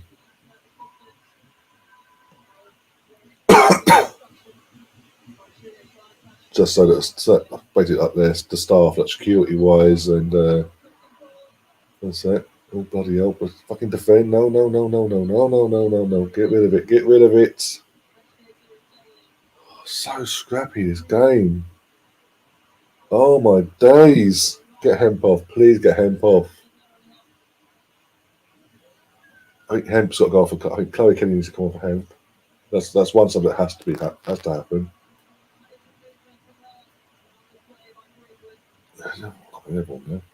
But yeah. They could be completed by Wednesday or Thursday. I think, in one sense, I say, if we can do it late Wednesday, and then send the paperwork over to the FA for Turner past the deadline on Thursday. Fantastic. I'm sorry for his fans, but looking out for number one here. Cannot be helping out before Saturday. No way whatsoever. Sorry.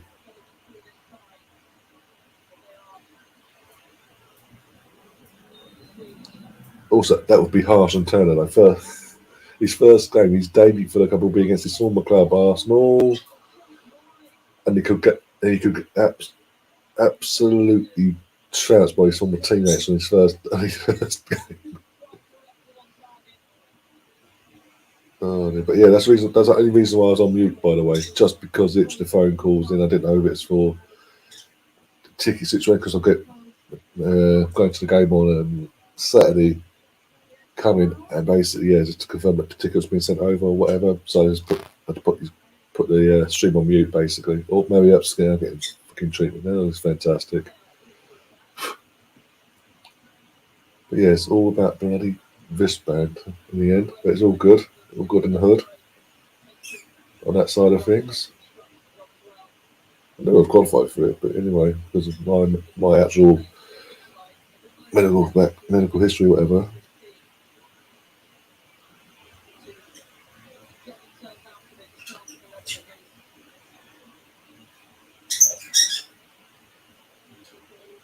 Oh, look, can't swing free pass. No, it's so scrappy. It's literally the complete opposite against how we were against China last week.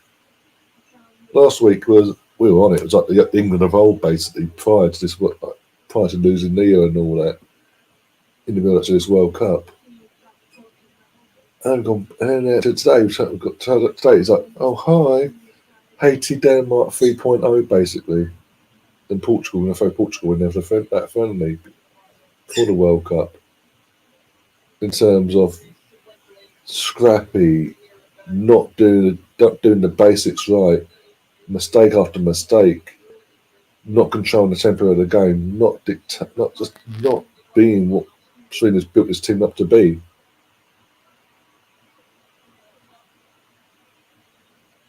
we deserve to go out. We're playing crap at the moment. Yeah, I agree with you on that one. And again, you'd think with how this tournament's gone, if obviously the USA getting knocked out yesterday, they haven't performed. They performed worse than us, and they're out.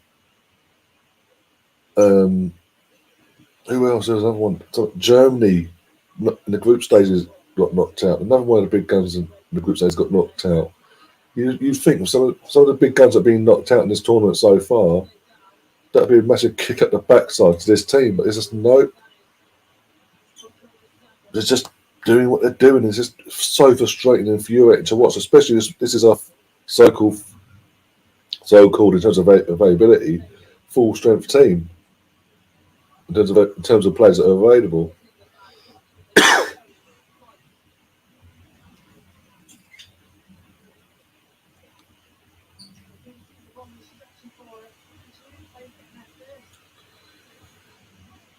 What's 15 minutes? Well, basically 34th minute, by the way. So just 15 minutes, just shy 15 minutes away from the end, and Srena's making no subs yet.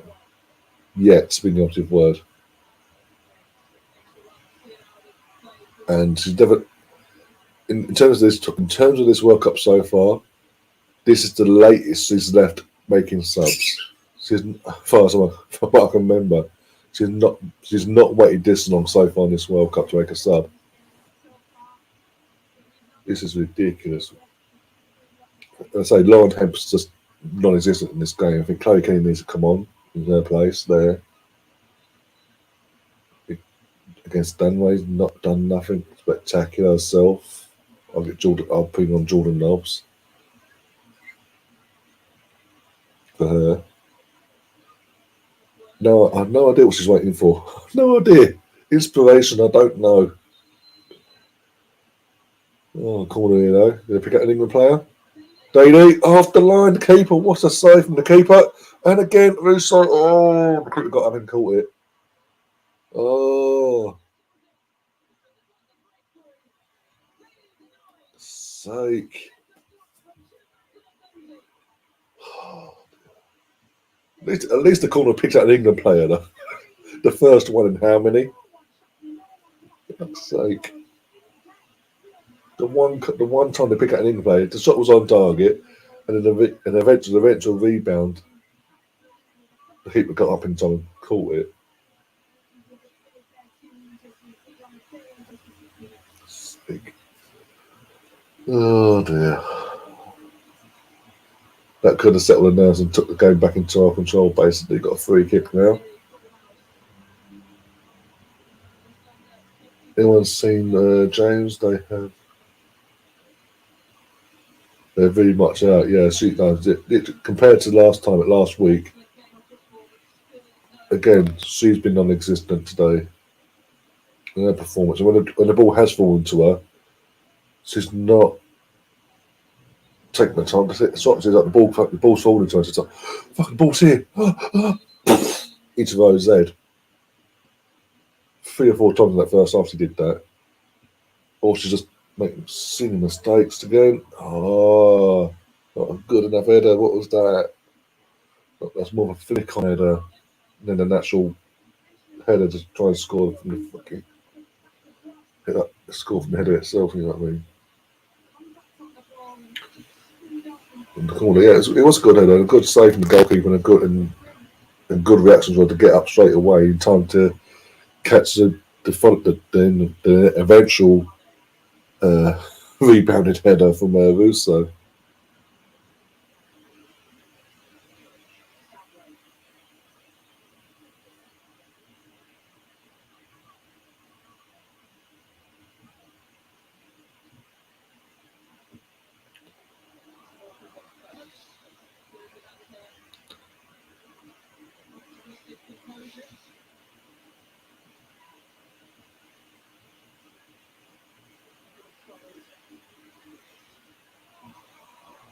Oh, here we go. Fucking mistakes in the midfield leading to attacks on Nigeria. Here we go.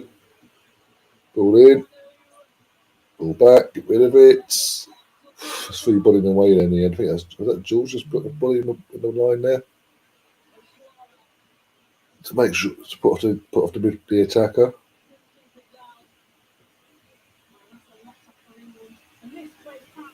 No subs, no. She's not made one sub yet. This is as I say, this is the longest she's gone in this World Cup so far without making a sub.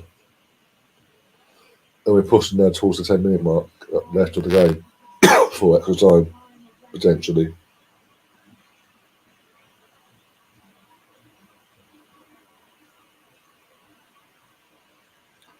So if I didn't know any better, you'd think this is the USA versus Sweden yesterday.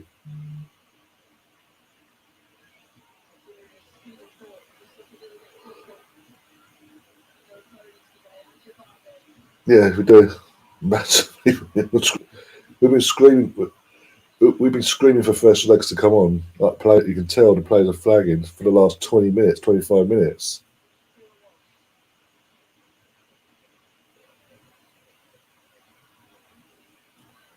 Actually, look at the possession stats. 42% in England's favour, 21 in the midfield, 37% in general to Nigeria.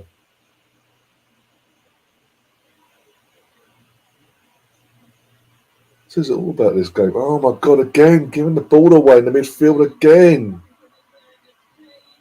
Seriously, wake up. Get rid.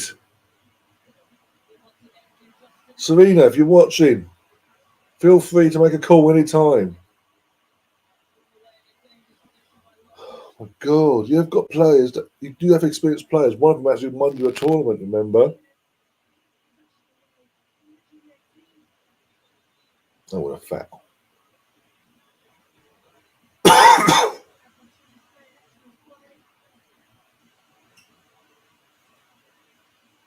You watch though.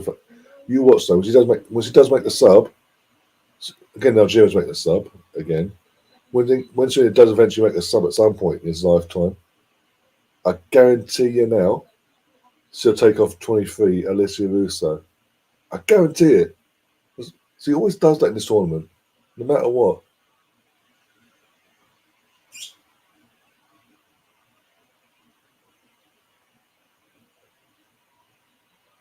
Oh, Kanu's gone off. And Nogadega is going on.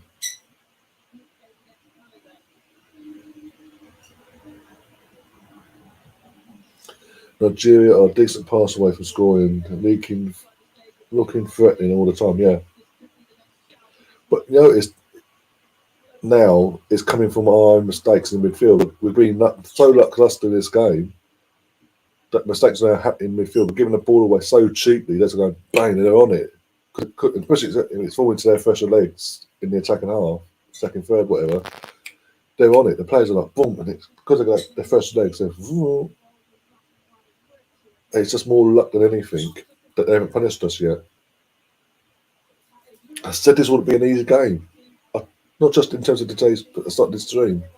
I've been saying all week since the second we were confirmed that this is what we got. We were basically winning our group. Nigeria wouldn't be an easy game. It was not going to be a steamrolling game. We needed to take heed of what happened. Oh fucking hell! Man, wake up. We needed to take heed of the Australia.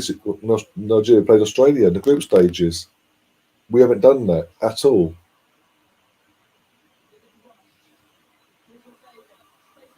If anything, we're lucky. We're not.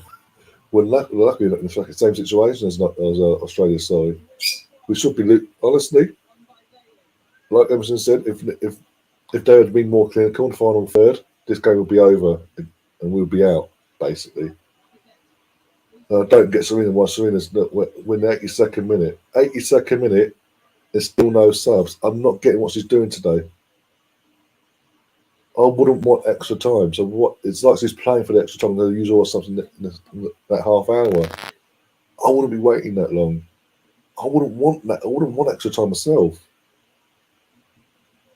Personally, I want to be getting the win done 90 minutes and getting team off that pitch and prepared for Saturday potentially. And again, it's another early kick on Saturday, so there's no messing about.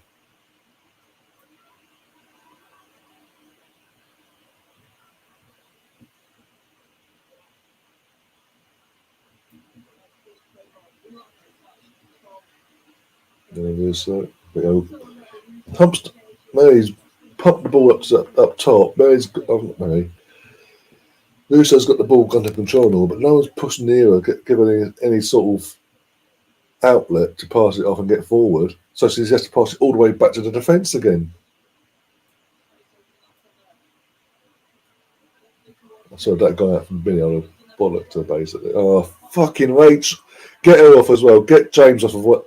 James has done nothing in this game. I'm sorry, she did fantastic in the last game with the goals she scored and all, the performance in general.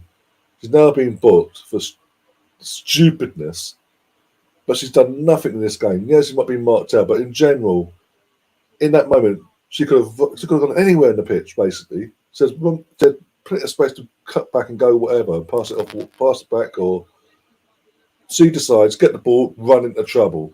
Get her off. Well, she's lucky that's the booking. That could have been the red, because she's got up and she's got up, not as struggle to get up by the way, but she's got up anyway, and then put her boot on the Nigerian player's back.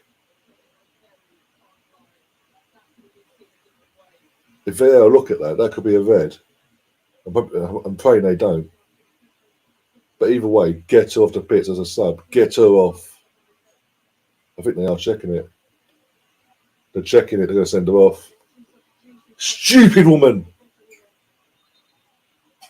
Stupid woman. What was you thinking? Why would you do that? Oh, Lauren James, she's the key of England's future. What an idiot. As soon as I saw that in the replay, I knew this was going to happen. I was praying that bloody VAR wouldn't look at this. But they've seen it and they're looking and they're sending her off. What a stupid little girl.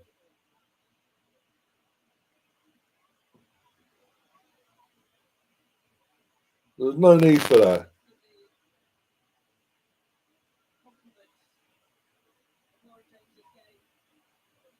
Yes, it's a straight red. As soon as I saw it, I was thinking, oh, fuck, she's lucky got away with that there. Then fucking praying for VAR. As soon as I mentioned that VAR looked at it, she's gone. She's gone. I'm telling you now. Here we go, she's gone.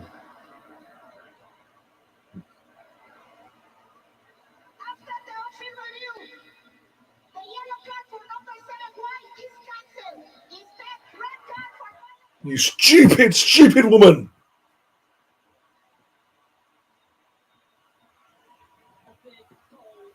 Like, be proud of yourself, you stupid woman.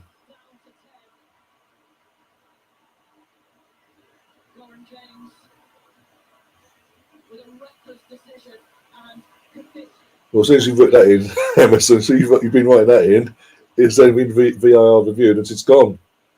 Lauren James, the starlet of bloody the last game match against China, has gone and screwed everything up basically, and now England are down to 10 players for the remainder of this game, no matter what. And for the entire week since that China game, she has been bigged up by the media, by the way, massively bigged up. In my opinion, overhyped, by the way. If we get Fruities out, yeah. If we get Fruities out for the next game, that's not the point. The media bigged her up. Fans alike as well on like Lottie and all that, and on her channel and all that. I've been bigging her up, saying that she's the future of this country, future for England and all that. She's one to look out for. You know, it's all right. And she does that. And she's not a split. What did I say? I swear to God, if she's taken her off, I'm going to go mental. I swear to God, Serena. Oh my God.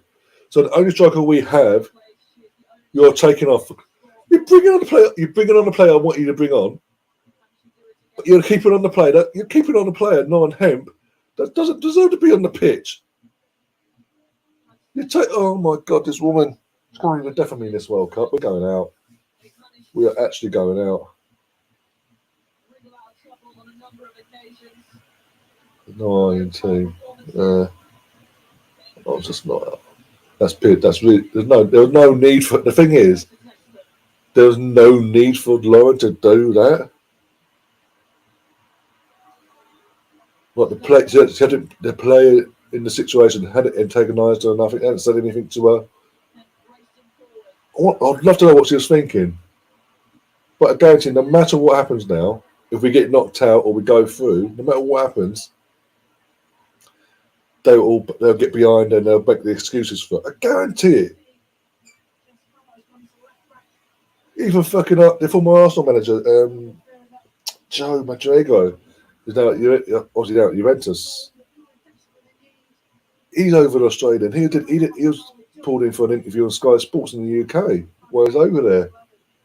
Since obviously we played China, and he was bigging her up, saying that obviously because obviously she came from our academy, but she was let go at Man United a couple of years back, and then now she's playing at Chelsea because her brother's there, basically. But he was saying, oh yeah, she had the talent and all that, but obviously at the time I could see the future, but at the time I couldn't put her in the squad because there was a players way ahead of her at the time.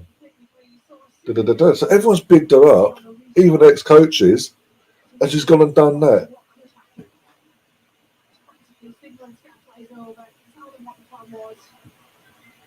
Yeah, Craig, there was no thing, as I say, there was no need for her to do that.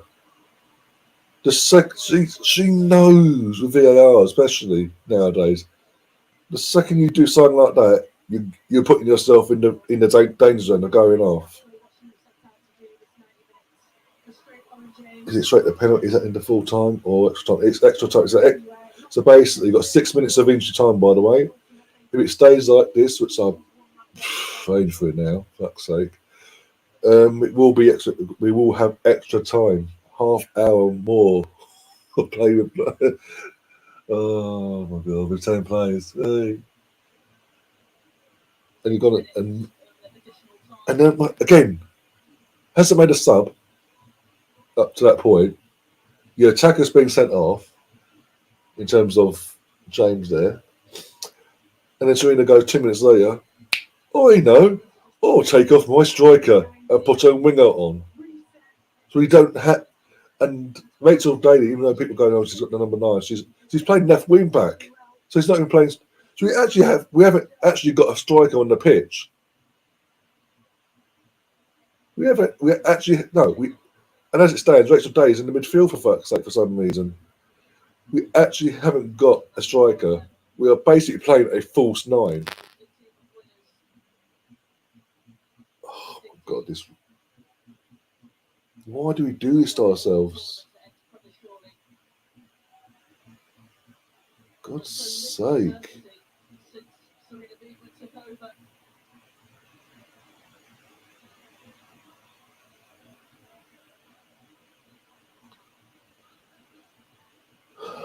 Nigeria now just slowing the ball down now, and yeah, keep us the same.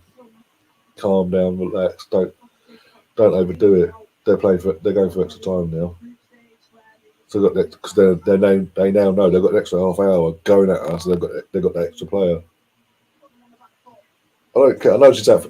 If we pull this off and get through now, it's a big if at the moment. I know she'll miss that game because there's a suspension now.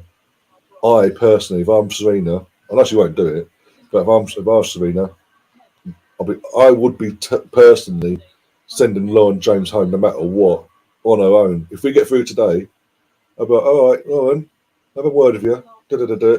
Right, by the way, you basically let us down when we needed you most. You did something so stupid, could have cost us. I'm not going to risk you. Piss off home. You're going home first flight in the morning, whatever. No arguments. Go away.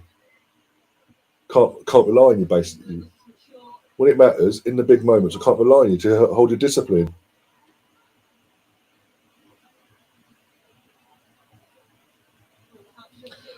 Maybe course we'll soon as head after this. The way this tournament's gone so far for us as well in general. I know we won 6-1 last time out as China, but our performances in general, the injuries we had in terms of Leah Williamson, Beth Mead, Van Kirby aside, we shouldn't be playing. We should not be struggling this bad in this tournament the way we have done for the majority, performance-wise.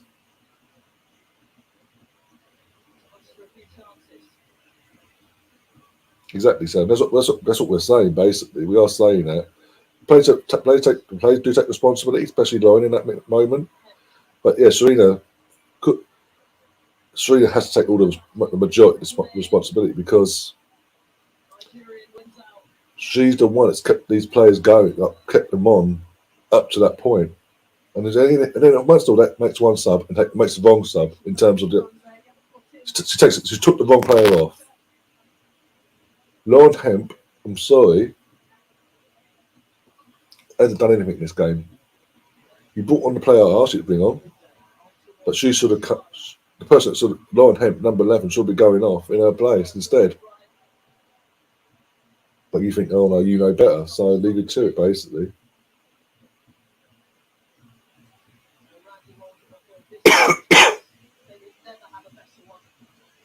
Here we go, long throwing coming from Nigeria by the looks of it, maybe. No, going to go short and just play it through around the back. Okay, that's a bit of a weird one, but anyway. We are struggling with leadership. There's none without Beth or Leah, and it shows. Literally, I called this against Haiti.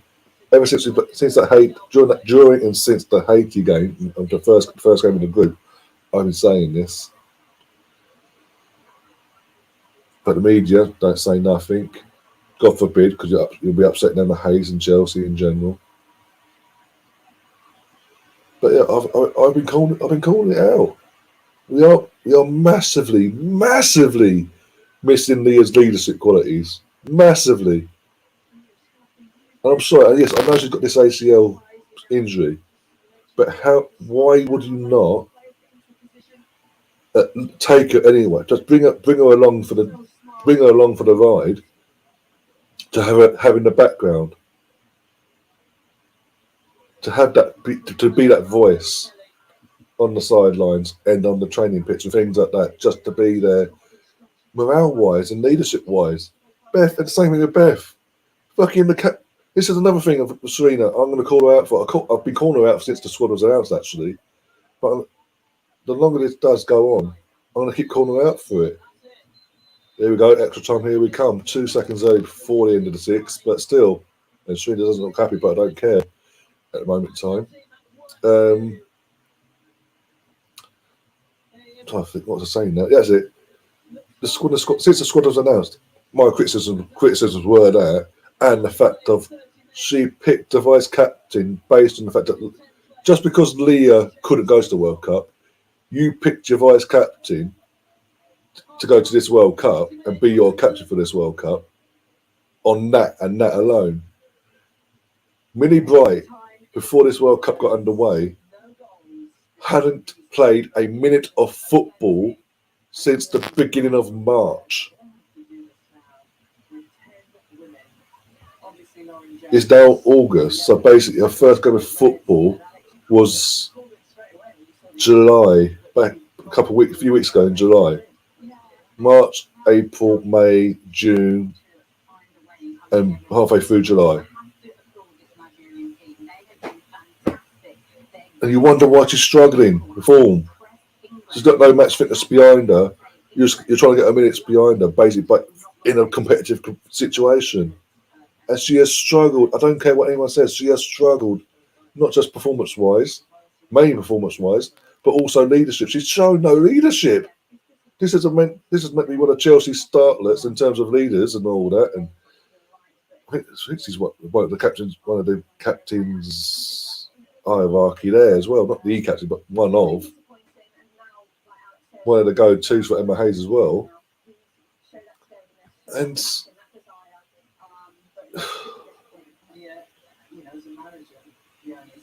it's just, I'm sorry, it's bizarre. This whole thing's been bizarre. The performances have been bizarre, barring China, and even then, there's moments we dipped off, and obviously one of the moments they got a pen against someone to play, just randomly, because the players switched off because they thought the game was won.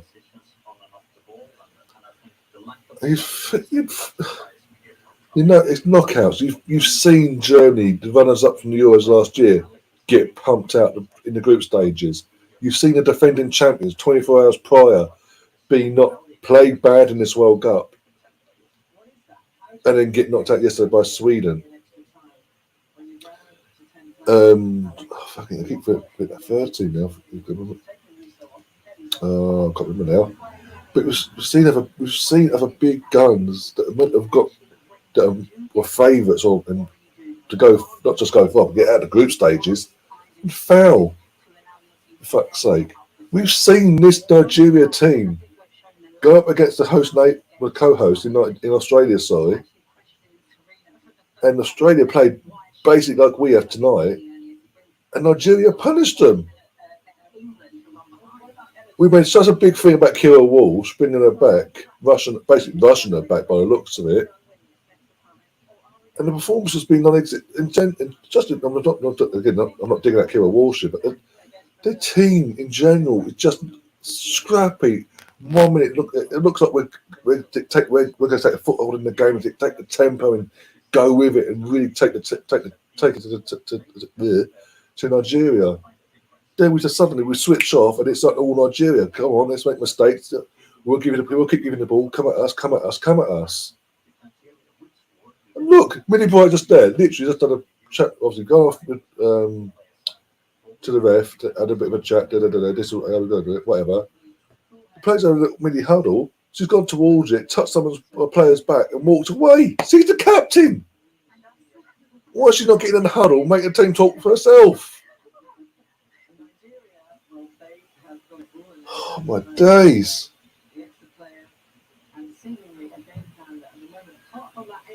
Looks like it might come down to Earps getting us out of trouble. If it goes to pens, I say this though, Mary Earps, she's the only one that stepped up in this tournament in terms of when it's been called upon. But she's done her job, quite literally. Others have done to an extent, but the majority haven't. And I'm sorry, that's not good enough. European champions or not, that's not good enough.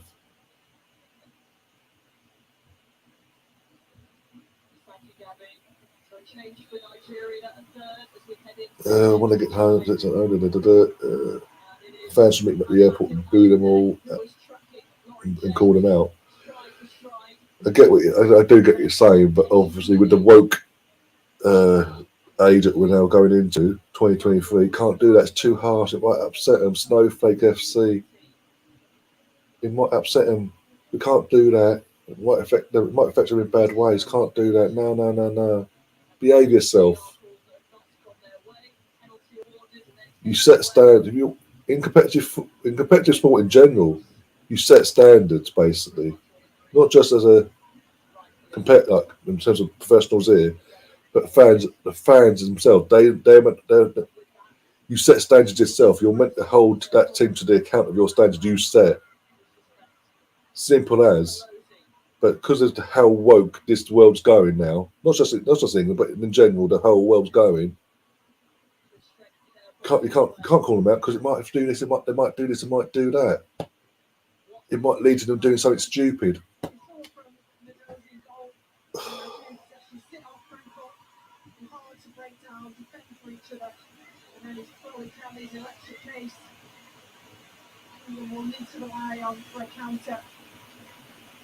I can counter-attack. I've got to go counter-attacking because Lauren James could fucking keep her head. I'd love to know what was going through her head. Why she decided to go, hi, cracking someone's back, basically. Stupid woman. Hawk Quinn's in the chat. Big up, Hawk Quinn. How you doing? I haven't seen Mr. Bungle for a few streams. How's he doing as well? I know you two like to chat back and forth off air and all that, so hope he's keeping well. Emerson says another podcast pundit. Oh, you stupid girl, Lucy. I swear VAR get involved. That's going to be given, by the way. Nigeria players down still.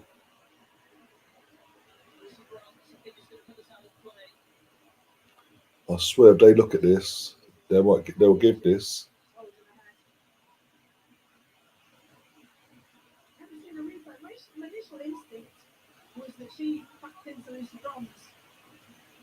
Let's have a look at the replays. Have a look. Oh, Lucy, you're getting it. I swear to God, woman. You play for Barcelona. You play for Man City twice. Lyon. Top clubs. What are you doing? You did this against China, made a stupid mistake, and it led to a penalty. You didn't communicate with anyone. He just went, fuck it. You're lucky there. You're so lucky VAR didn't fucking pick that up. That could quite easily be given.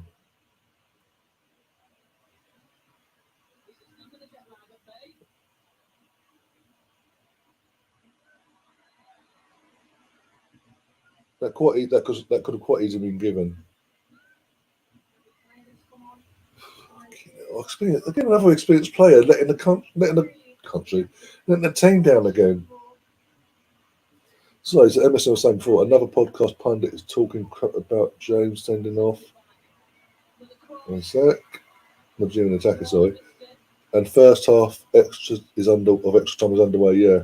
So what? Another podcast pundit. What pundit's this, Emerson? Because again, I've got the volumes on. You're talking about the BBC lot. I've got the volume on faintly. So, or you're about someone else in general.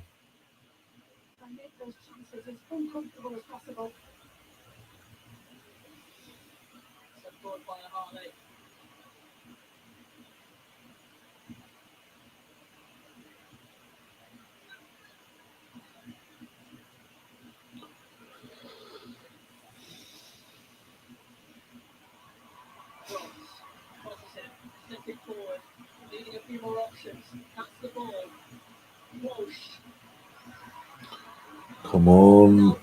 Days on our own, no support whatsoever, surrounded by 4 green shirts at least. No support still. Where's the teammates? Hang on, sorry, Rachel, but you're looking over to the ref saying, where's the foul, where's the foul? Where's your teammates? Have a go at them. Well, look them for not supporting you.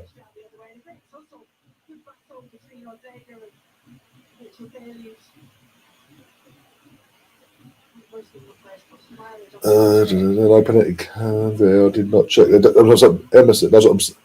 You can say Nigeria want the penalty, obviously, and I'll be honest. From what I saw in the replay there of Lucy Bronze, we are so lucky that fucking VAR didn't pick that up. So lucky because we've seen them given Emerson, not just in this World Cup, but in terms of in general. Where VAR's been used over the years, especially recently in the last year or so, be it Premier League or Champions League or Europa League, sorry, we've seen that sort of chance be given us a pen. So we are so lucky. Bronze is chopping people left, yeah, literally left, right, and centre. She's looking to get sent off as well if she keeps this up. Yep. Lost her head. She's one of our experienced players. I know she's entertaining of her career now, age-wise, but that's not my point.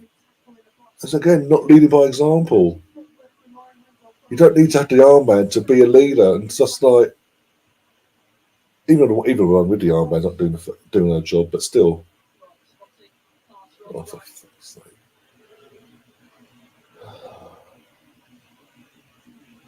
Dave looks like she's starting to cramp. Yeah, she started holding her. I saw she started holding her, squeezing her shin and calves and all that.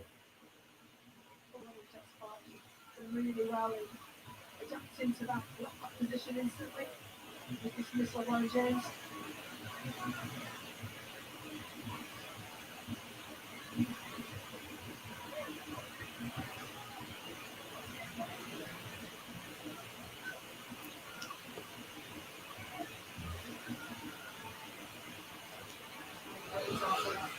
Oh dear.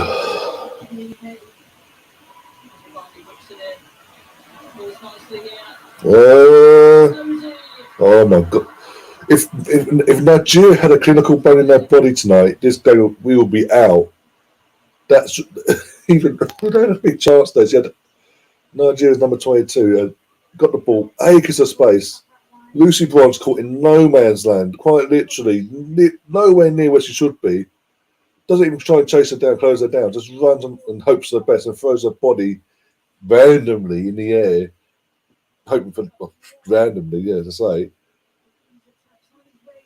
It's just more luck than anything that the Nigerian number 22 completely mishit her shot. Basically, it went way wide of the goal. Basically, if they had a clinical bone in their body tonight, we'll be gone out of here.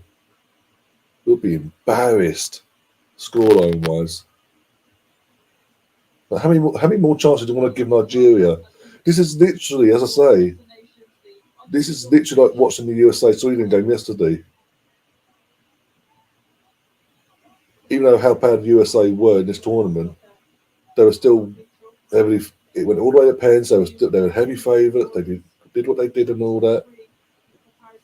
And then the underdog in Sweden did what they did and went through. And this has got that same feeling. I know we've got one less player. This is a slightly different situation. We've got one less player in the pitch compared to that game. But it just feels like if it goes to pens, it's Nigeria could knock us out here. Going by the way this tournament's gone so far won't surprise me. But to go out on this way, and if we do go out tonight, the amount of the media love, all the media lovies, the team and the players that do the media work as well, they're all gonna fucking get behind Lauren James and say, "Oh, it's not like her." What? Really back her up, basically. But if it weren't for her stupidness, we wouldn't be in this situation. Oh my God! Get rid of the ball, not give it back to him. Oh my God!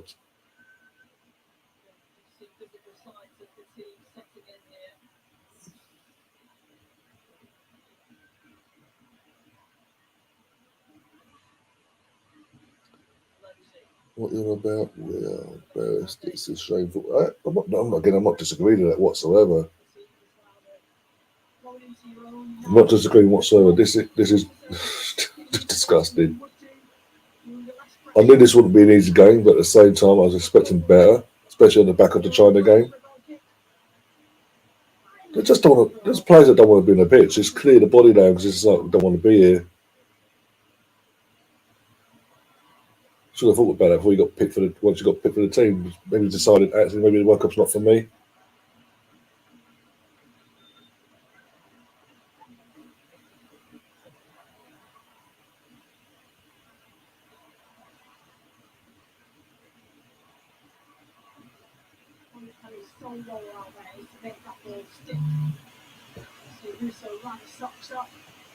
I won't say, but you know who is. You know who, so I have to leave it at that. So I have to. So I leave it at that. I'm confused now. All about their key player they brought on it in the second half. Their main striker. I don't get why she didn't start, to be honest. We're just literally, it's just no pace in the defence. Oh my God.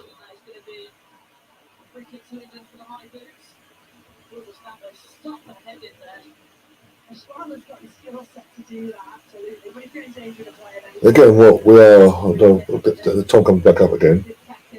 Now, since that sent it off, as mentioned already, one sub to be made. About 2 minutes later, Russo went off for Chloe Kelly. Chloe Kelly's had no influence in this game whatsoever, by the way. We are now in the 101st minute. We're about 4 minutes away from half time. And no subs have been made still. No more subs have been made since. It's ridiculous. So it just goes to penalties as it stands. What we're going to have Chloe Kelly, Georgia Stanway, trying to think now. Daly, Hemp, because he's still on the pitch. Ball in. Oh my God, off the crossbar from the cross. Fucking hell. Oh, the ball went out of play apparently. Okay, we got lucky there. I've named 4 players that could take penalty. will more likely take penalties. Not could take penalties, but more likely will take penalties. I can't think of a fifth now at this moment in time. I'm just not with it at the moment. It's so disheartening and so painful to watch. I'm just like, neither goes to pens. Oh, it's just, yeah. We're relying on Mary Earps to do her heroics again.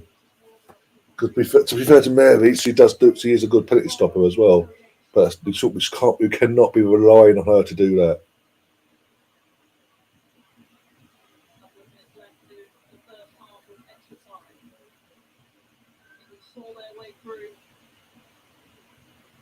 Sticky situation at the Euros in the quarterfinals against Spain.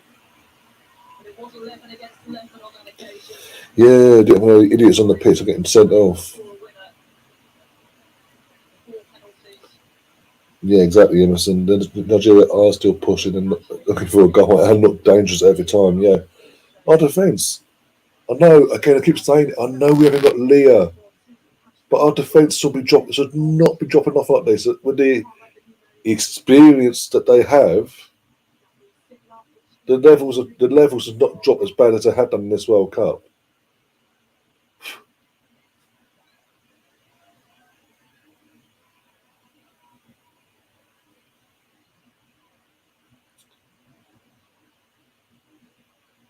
Oh dear.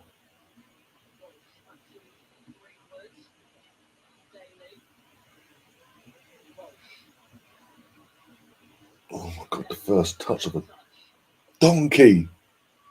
You're the first player on the pitch and you got a first touch like that. Fucking hell. We're sitting back and letting Nigeria have all the ball. It's like, because we're down to 10 players, it's like we're just sitting back and trying to get to penalties basically and hoping that Mary Earps gets us out of trouble with. Every player behind the ball. Every player.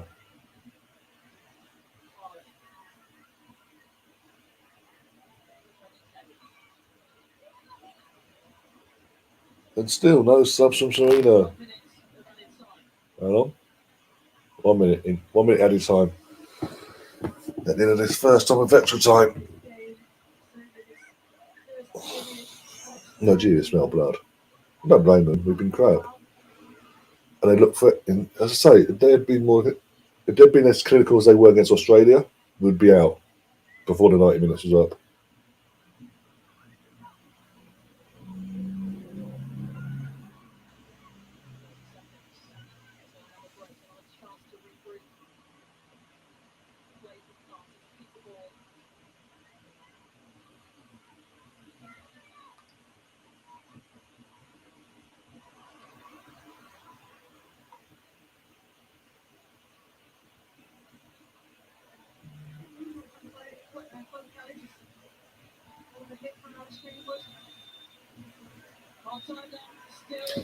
There we go. Half time was gone. The end of the first hour extra time. Got another 15 minutes of this. It's literally like, I'm telling you now, every player's been. We're just literally letting Nigeria have the ball and come at us basically, and we're punished because we're crap. Defensively, we're being crap in this tournament. Like all over the place. We're not. Even though we have. When I say being crap, I mean we're literally all over the place. We're not solid as we usually are. Looking solid. When you look at us. Anyone goes, oh yeah, they conceded 1 goal in the whole tournament so far. But in general, look. I mean, how loose you got away with that, I don't know. Yeah, even John Soderveld, the Arsenal managers, part of the punditry team for BBC, they talk about the Lucy Bronze incident that I mentioned. I passionately said that we are so lucky. Even he's saying that's a pen. He's saying, for me, that's a penalty. Alex Scott saying England are lucky. Everyone's saying in the studio back home that should have been a pen. How VAR missed that, I don't know. I'm lucky. I'm thankful in one sense, but fucking hell. Oh, here we go, another sub now. Where you've only wait. It's sub number 2. Oh, you're taking Hemp off. Now you're bringing a striker on. So you took a striker, was it? Your initial sub was taking our striker off for a winger. You then waited 35, 40 minutes after that sub to make a new sub and taking a winger off for a striker. You couldn't make it up. It's like she doesn't trust certain players on her bench or something.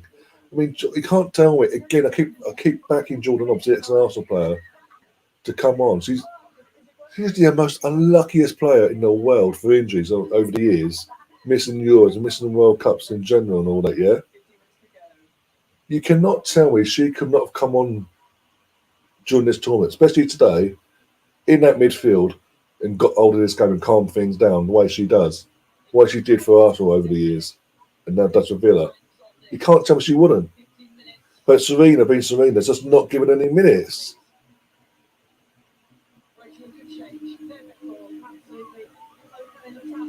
And then the fucking commentators are praising Serena for bringing on the striker for a winger. England will sound back in the chat. England will scrape through on pens. Wait and see. Oh God! I'll be honest, Sam. Going by the first half, but the second half of extra time was underway, by the way. But going by the first half of extra time, it's like we're playing for pens. We are literally sitting back and just trying to defend for our lives, basically, losing that. Using that word loosely. Sorry.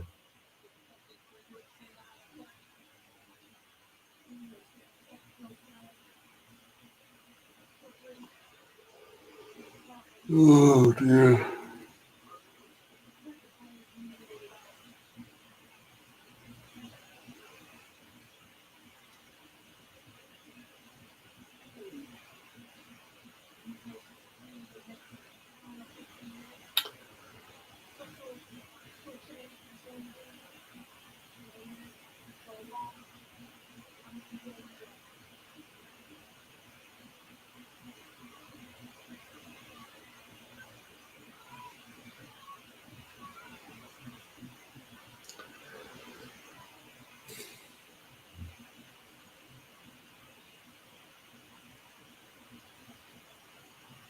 So Beth England will take if this goes pens, Beth England will take a pen.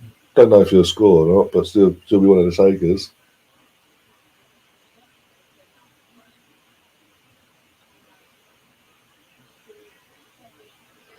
If we scrape through on pens, they don't deserve it, and we'll get kicked in the next game. And so next game on Saturday as well, Saturday morning. Yay! If we do get through, if being the operative word at the moment. Here we go, Nigeria in the attack again. We'll go to the comments in a sec. Oh my God. Go. Oh, Beth England, your first flicks. How are you, a striker, got the touch of a fucking donkey? And you've only just come on. Whenever I see these cool green kits from Nigeria, I look for Turbo Whistler. And then Sam says he agrees with Karen about obviously scraping through and probably getting booted. If you don't deserve it, getting booted in the next round. Who do we play? We get through actually. I'm trying to think now. It's one of the winners from tomorrow's game. I think it's Team 7, so we're 5. All comps, don't start that crap. If, it's a big if as it stands, as I say, if we were to get through, it's Colombia or Jamaica we would play in the quarterfinals on Saturday. And the kickoff on Saturday would be, again, assuming we get through, 8 a.m. in the morning. That's a big if. At this moment in time, no, not a guarantee whatsoever. To say the least. Oh my God! Wake up! Why did our defender stand still pretty much and let the player run through them? like that to try and get, attempt for the players' attempt to try and get the ball there. Really bright, yet again, ball watching. And Greenwood, well, again, Greenwood's the nearest player there. What's she doing? As soon as she's realised the player's gone run past her, she's just jogging on the spot. Why is she not sprinting, trying to get her body in the way, just in case? Who do we play? If we get through, Jamaica or Colombia. It doesn't get any easier. It's like, oh dear. Colombia that battered Germany and deservedly beat them and helped knock them out. And Jamaica, who above and beyond have outperformed themselves and outdone themselves and got themselves into the knockout rounds. And I've been playing so far in the group stages, obviously, that some decent football themselves. Using their what their strengths are, use them to their advantage. Something that England aren't doing.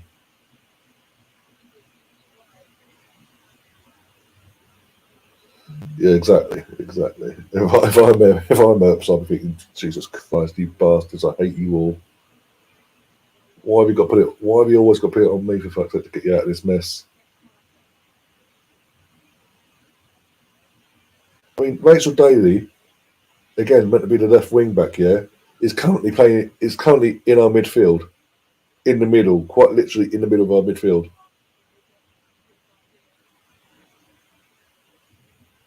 Steph Catley and Caitlin Ford start, and they're playing later on, aren't they? Yeah, they're playing after this, aren't they? Catherine Cole as well for Arsenal player starts, and no Sam Kerr on the.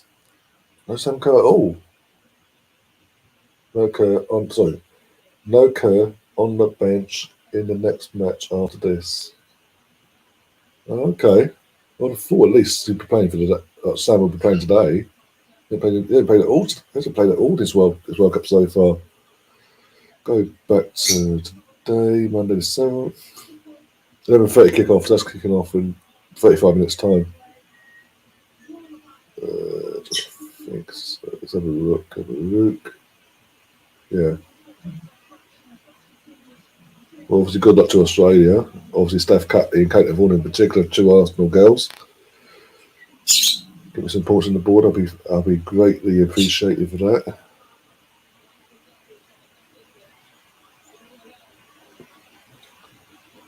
Oh, for God's sake! This is running the trap. Every time we get a ball somewhat past the halfway line, who has the ball for England is rising to four or five fucking green shirts, basically.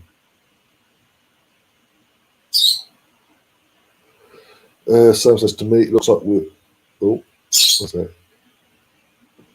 To me, it looks like we are more worried about playing a certain modern style than playing to our strengths. Exactly. And getting the best out of our players. Exactly.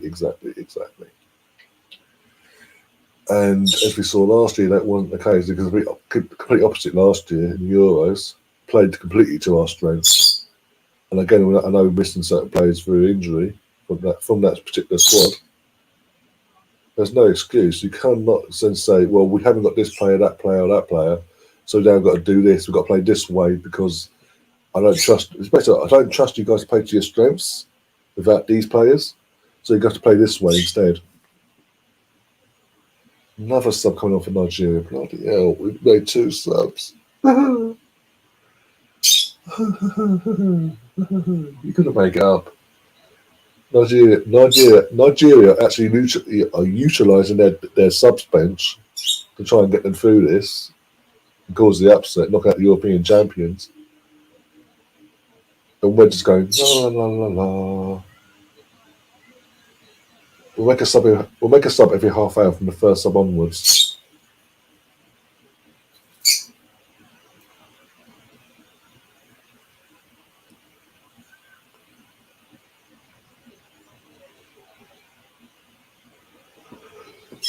Oh no, Rachel's down with a head injury. Oh, for God's sake! I think there's a coming together between her and the Nigerian player. because the Nigerian players looks a bit dazed as well. Bit of coming together here, but oh. Make sure they get the treatment, please. Elbow. Okay, no, okay, it wasn't coming together. I was like, way on. Okay, I thought those were coming together initially, like heads coming together because of the way the Nigeria players acting. But she didn't get touched. She's gone down holding her head. Literally went, oh, pain. I thought she got a head injury herself. Seen the replay. Fucking nowhere near her. Didn't touch her. They're both eyes on the ball, respectively, but she's gone up with the elbow. She's got a bit higher. She's knocked her elbow into Rachel Daly's head. So obviously Rachel Daly's gone down with a bit of a knock. But then she's gone down feigning injury, basically going, oh, my head. As in, she's made a contact, like someone smacked her in the head. And she went to get up, like the Nigerian player went to go, oh. It's not fucking what was her name? What was her name? It used to be years ago. So I'm a celebrity, live and air, went, oh. Like, it was like that. And I've seen the replay, I'm like, where did it hit the head? Because he literally he's holding her head like she's been bashed in the head or something.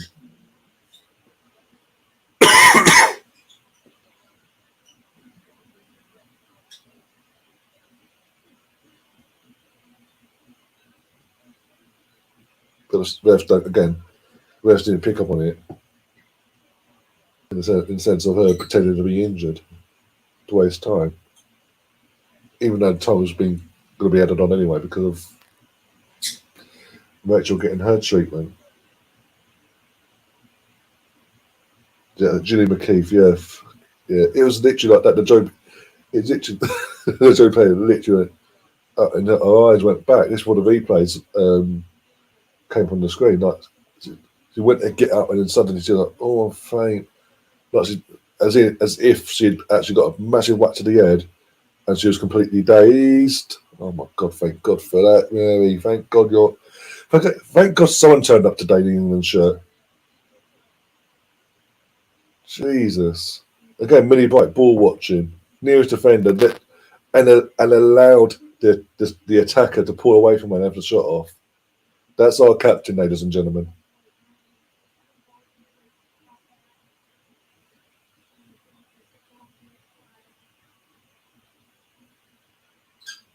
Yeah, exactly. No, captain. That'd be down to the captain because in terms of Millie Bright, number 6, because she was in the nearest one, and she pulled away and allowed the number 8 to literally just go, okay, hi, boom. Thank God Mary Earps was alert to that, and she put herself in the way of that. The only one's turned up today.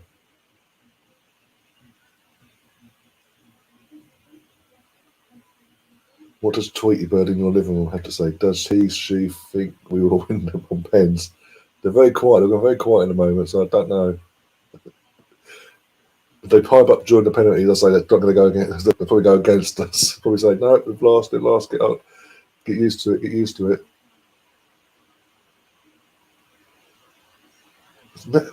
Millie Bright looks completely like dazed from oh my God, almost scored England. Beth England doing her bit there to knock it. Looked like I think it was a header to try and score, but obviously it turned out to be a knock on. But Millie Bright must be Millie Bright and being non-existent in this game. Bog fucking useless. It would have been offside anyway. Would have been offside. If she had got a touch to that and gone in, it would have been offside.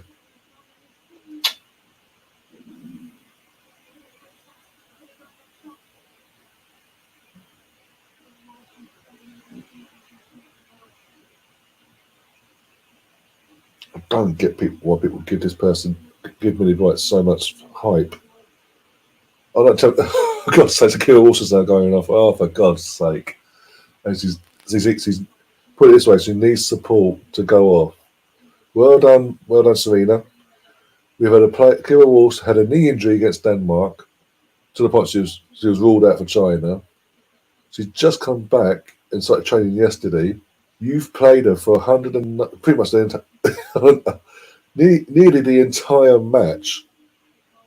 to the point where she needs help to get off the pitch by the medical team. So if we do get through, she's probably screwed herself now. No, whatever injuries probably come back. She did have probably come back and come back worse. So thank you for that. But this is going to penalties. This is it. We're going out on pens. It is what it is. Come on in. This is rubbish. Beth Eamon goes close with heads wide.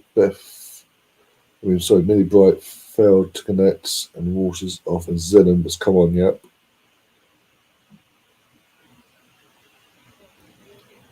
Again, Jordan Nobbs. Is Jordan Nobbs not available for some reason? Is it just a shirt? You didn't actually take the player. He just named her. You took that shirt with a name on it? Can she not play a game of football even though she's proved her fitness to you? Oh, wake up!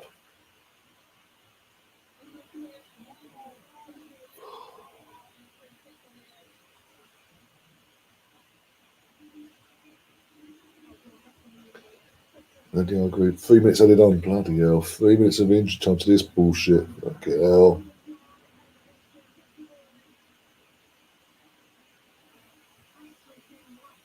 A high boot for a free kick for a high boot there.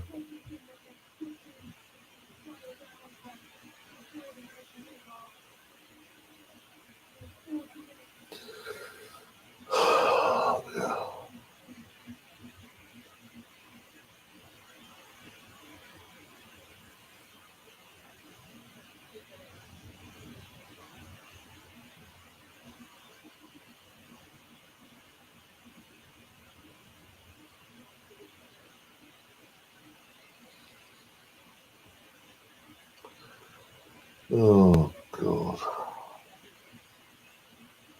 No, we ain't winning this in normal time. No, we're not winning this in general, I don't think, but in terms of normal gameplay wise, we ain't winning this. We are basically going to do a USA on ourselves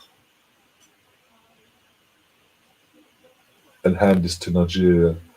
And Nigeria, or basically, either way, whichever way, be it now or on penalties, are moments away from creating history, actually, not just for themselves, but for African women's football in general. And being the first African women's team to qualify for the quarterfinals of a World Cup ever, potentially, if they win this today. Have faith that how can I love? This is 3 out of 4 games I've watched. I've had to watch this draw, basically.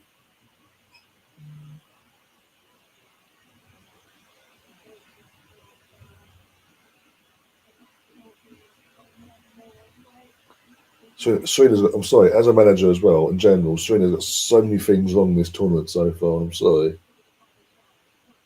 They've got to be questioned.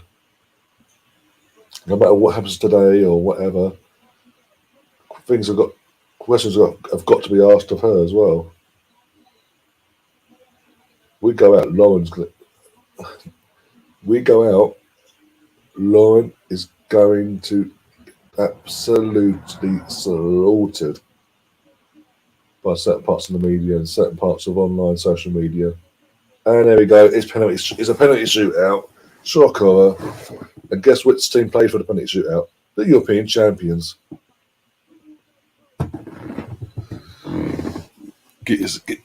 Come on, Serena. This is what you paid the big bucks for. Get us out of this mess. The mess that you helped put us in with your insight, so we say. Being a good word. Never saying it's coming home. Come on, girls. It's a fucking miracle if it's coming home.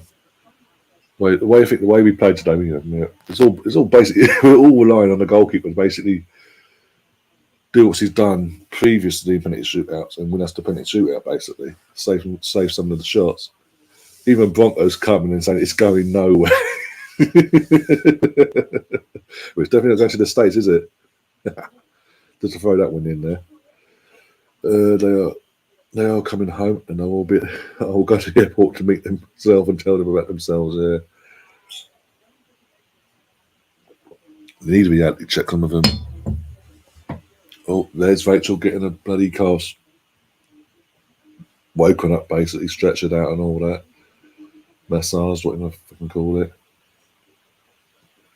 Spencer is early digging out the coal today. I feel sorry for Lauren James as she has been so good until today. Let's win to stop the abuse she might get. She'll get abuse anyway because again, we know what social media is like in general, but and the media themselves are in general.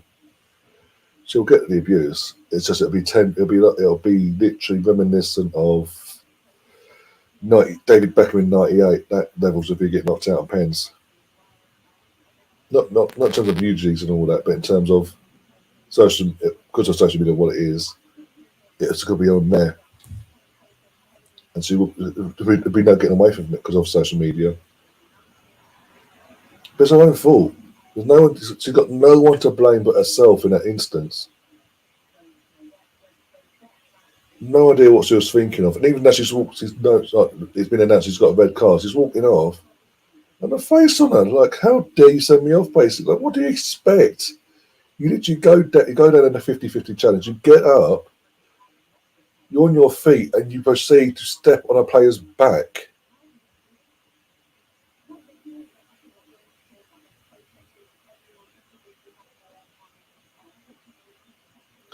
Bronco saying I took a sick day trying to avoid the black lung. Black lung, will get you. So good choice. And yeah, what James did was playing back was bad. Bad's been an understatement. It's just fucking woeful. Again, Millie Bright, the captain here, just gormless. So what sin are we taking? The penalties at? Makes no difference in this game because the fans are mixed and matched or work throughout.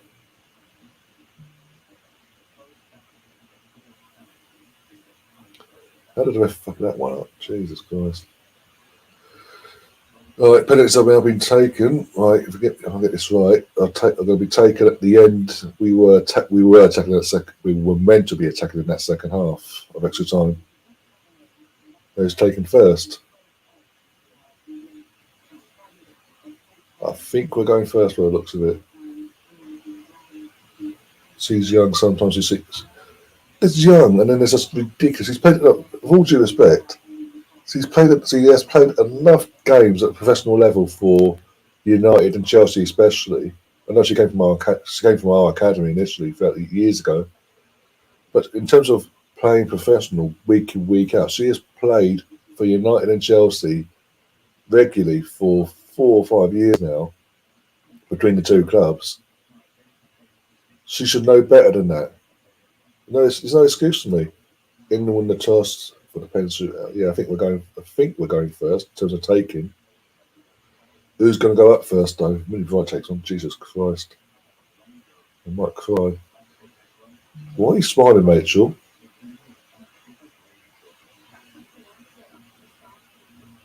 Yeah, so he's not impressed because again today she's the only one turned up today in an England shirt and actually did her job.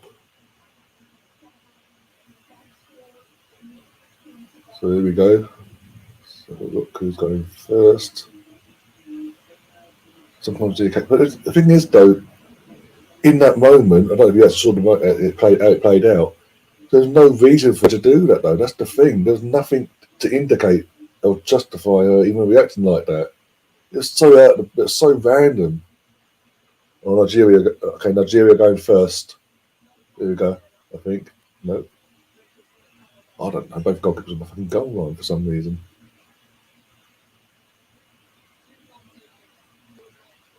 Yeah, their goalkeeper's got a bit of a high edge to us.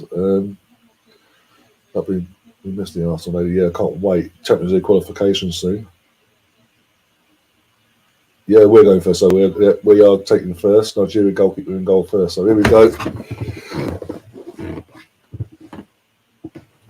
Here we go.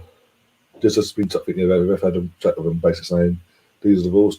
Georgia Stanway's coming forward for England first. For some reason, our first choice penalty taker. Sorry, is that the example? Yeah, you can't blame her though. That's the case. You can't blame her. But Jules and Stanway's turning up, and let's not forget, Katie, the initial pen. Obviously, we get pen. We got a pen in the first game. Initially, she missed it. She only scored via a retake, basically. She doesn't look confident either. I've not been impressed with her. Since she's gone to Bayern Munich, I've not been impressed with her whatsoever. So I'm not expecting anything spectacular here. Never saying this. I'm watching this live, so I know you're not ahead of me. Oh, God, come on, come on, come on.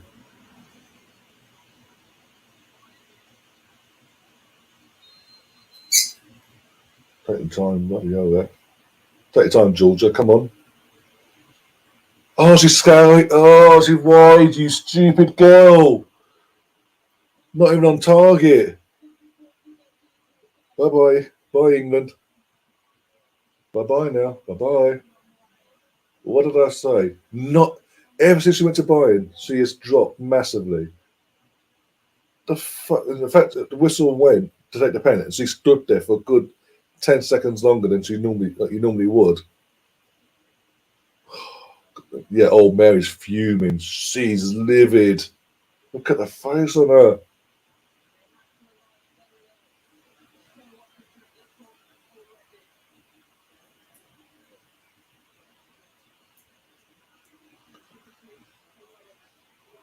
Welcome to that lead isn't the same exactly. It isn't. Here comes Nigeria's first pen. Here we go. Come on, Mary. Dig us out of a hole, please. Oh, she's missed as well. Went the same way. Oh my God! Does anyone actually want to win this game? Both goalkeepers went the right way as well, respectively. The ball went to it's like the ball literally hit and went the same. What was it?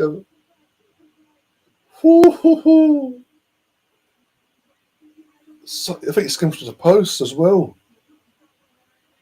Does anyone actually want to win this? Lifeline again, give it back to England here. Okay, can we take it, please? Here comes Beth England, the only striker we have on the pitch now because therefore we took off for some reason. Yeah, he looks impressed. Jesus Christ, Beth, your striker. This is your bread and butter, for God's sake.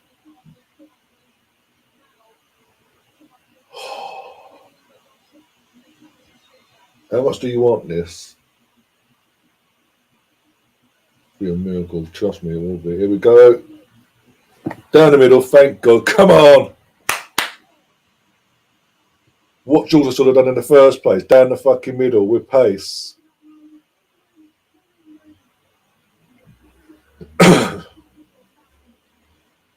Don't start smiling that girl. She ain't out of the woods yet.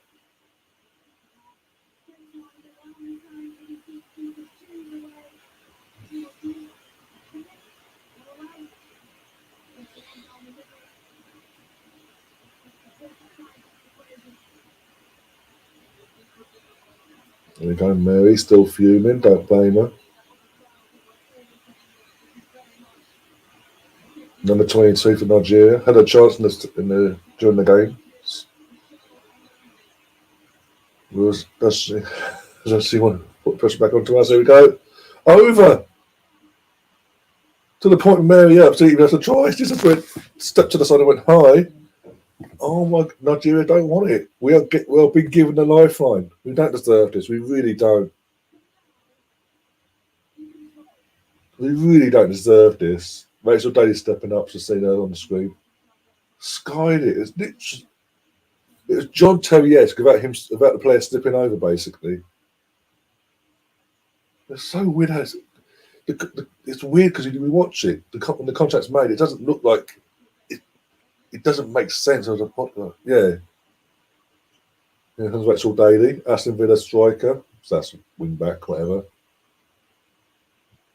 How else is something about that? It is what it is. Here we go. Here comes Rachel to give us a 2-point cushion. Come on! Top corner, no keeper saving that. Thank God. We don't deserve it, but yeah, come on! England don't exactly. We don't deserve it. But it's a performance. We were woeful. It was absolutely woeful. As I said, if we do get through, if I'm Serena, I'm sorry. This is going to sound very, very harsh, but I'm telling you, I'll be having a one-on-one conversation with Lauren James and saying, I'm putting you on the next flight home tonight. The next flight home, you're going. I can't rely on you anymore. Piss off. You put your team in this situation as well. With your actions. Here we go, number 15. The one that failed injury and pretended to be hitting the head with his head. No contact whatsoever. Here we go. To give him some hope, Nigerian, back into this penalty shootout here. Doesn't look comfortable. Down the middle. Murray Ups does dive. Down the middle though. 2-1. 3 penalties taken for Nigeria. We'll come up for our third. Had to go 3-1 up. Oh, it's just not far though. If she stuck her knee had come up a bit higher there, might have got a touch on that. Maybe pushed out. Maybe. Alex Greenwood now for England, Manchester United. Centre back. Oh God. Doesn't look confident. Doesn't look confident whatsoever. There's a fault actually. It's a fault because George has missed those there. Sorry.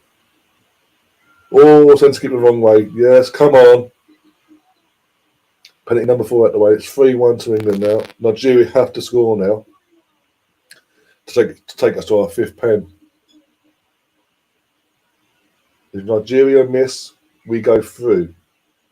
If they score, we've got to score our 5th basically and final pen. Personally, I'm going to say this now. By the way, if I'm Serena as in, I'll be taking Georgia Stanway off penalties. She can't be our first choice penalty taker. That's 2 in a row now she's missed. But in this tournament, I mean. There we go. It's now or never.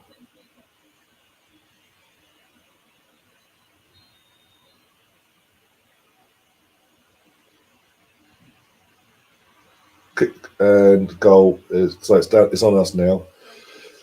Mary Earps has stood in the middle of the goal. I think they'll come straight down the middle. And yeah, top. I think now. Her left, basically, top left corner.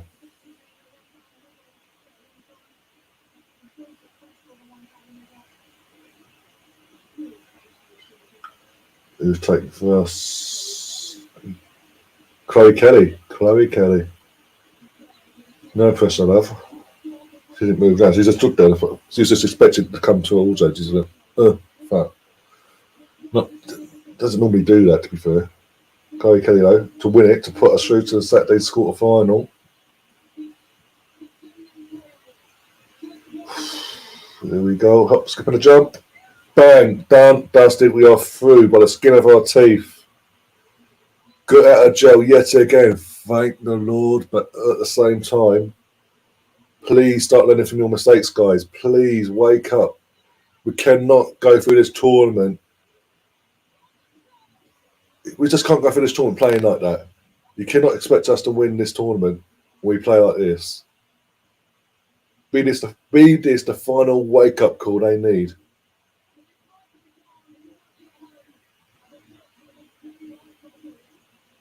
Because, as I say, it's Jamaica or Colombia on Saturday, and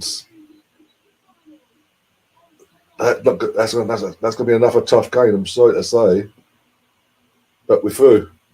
This is the main thing. We don't deserve it, like it's been mentioned. I've mentioned it. People in the chat have mentioned it in terms of our performance in general today. But we got through by more luck. Even then, more luck than anything. After Georgia Stone, we missed the first pen of the shootout. It's more luck than anything. If the Nigerian players had held their nerve in that moment, this would be a different story. But obviously, they didn't. Fantastic. The girls did. The girls saw through in the end, but yeah, it's pain. That's a painful watch today.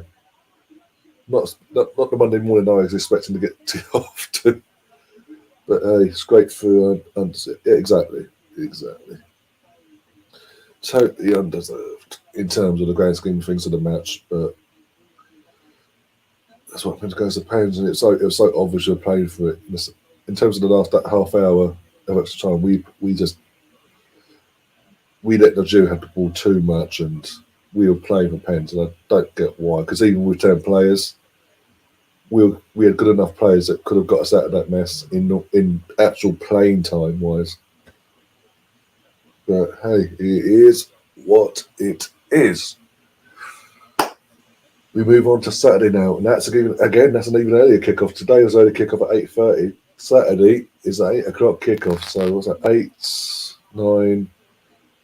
If it's done in normal time, oh, for God's sake, there's extra time, isn't there, as well? Oh God, because I've got to be in fucking North London, fucking at lunchtime, midday basically. So it was at 8 o'clock kickoff, 9 o'clock second half, 10. If it goes to extra time, half. Well, basically, be 11. Oh my God, no! I might need Gary to help. If it goes extra time, I might need Gary to pop in and end the stream basically.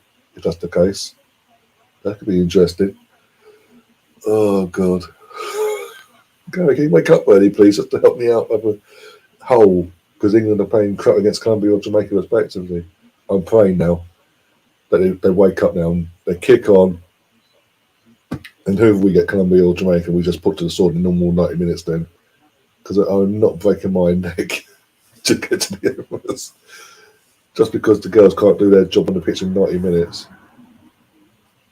I'll be fuming. Oh dear.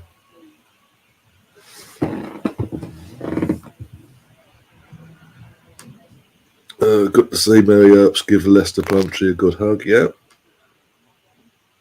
They've had a massive huddle, by the way, afterwards. Like the entire coaching staff up and all that. They made all the pitch. Shreda's going to give some motivational speech. I don't know what. I hope it fucking works on Saturday, otherwise we're in trouble. And Mary's now gone off to celebrate the fans. Yeah, you come down, it's fine. The sound's on, but yeah, you can come down. Shameful. Yeah, it was. Absolutely shameful. What's she playing at? I felt sorry for us. No one that's done. Yeah. And you could tell when Jules had missed that pen, she was fuming. She wanted to rip her head off, basically.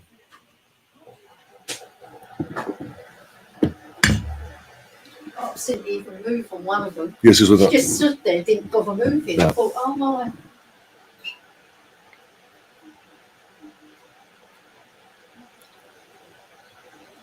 I don't like this either. Fucking Millie Bright in the middle of the pitch going, "Whee!" Mate, you've been cupping this tournament. The captain's on the side of the pitch going, They've got nothing to celebrate. Still hang their heads in shame. They'll be coming home Disgraceful. this weekend anyway. disgraceful. Well, Jamaica or Colombia, I'll find out tomorrow. But yeah, play like this, Colombia will punish us. Jamaica will punish us. As I was saying, You're missing the leadership, but definitely. yeah, and Leo and all that, I know. Yeah, go applaud the fans, but don't celebrate like you idiots. Because you don't deserve to be celebrating. You did nothing, even the ones that came on. And Serena's got questions asked on their subs. So why stick a winger for a striker and then bring a striker for a winger? It made no sense. I think she's right. Just makes you wonder if she had a bit for back anyway. Is there some betting scam going on there? Whoa. Wouldn't be past people nowadays, but anyway. Our friend on the other podcast is not happy. Oh, we on about I'll chat. I won't say names, but yeah, I'll chat to you in the group chat later, or privately. I don't know. Either way, I've got a rough idea. If it's who I think it is, he needs to have a bloody happy. Apparently, he wasn't even happy yesterday. Apparently, but look, it is what it is. I'm sorry about the picture, by the way. I didn't bring my light down. Didn't think I'd need it, to be honest, but I just thought it's live on ITV. I come down, it's nice and early. I've got the living room to myself and all that, but nope, that backfired. But yeah, I'm trying to think now. What we got for the rest of the buzzing. So I need to now sort out with Sam and Tom when they're available to do the kit ranking show this week for the Premier League. All the Premier League teams, all their kit ranking, all their kits and all that malarkey. A bit of a fun show. Nothing too serious. That's a bit of fun and all that. Bit of fun and games there. I think now, and then preview. We're doing a match preview for the Arsenal Forest game on Thursday. I'm not going to be doing a watch on Friday for the Burnley game. No points. It's Man City. For God's sake, not doing that bullshit again. I think might be another. Yeah, there will be a podcast that during the week as well. Once we sort out the first show, obviously. So obviously we've got a kit ranking show, got a podcast, and then obviously then the match review on Thursday itself. Then on Saturday now, you're going to have 2 watch-alongs on the channel in terms of England versus either Jamaica or Colombia respectively, and then Arsenal versus Forest, and then later on in the evening around 10:30 I'll be doing the match of the day watch-along, catching up on obviously the Arsenal game and all the other results up and down the league on opening day of the weekend. And then go from there basically in terms of what we do on Sunday. In terms of any streams on that, and then podcast probably on the Monday following next week, depending on obviously what happens on Saturday with this lot. That'd be fun. Well, I hope they're honest enough in their interview to say they won't be. They won't be. We scraped past hating match day 1, and they praised themselves. What are you complaining for? We won. Take some accountability. Yeah.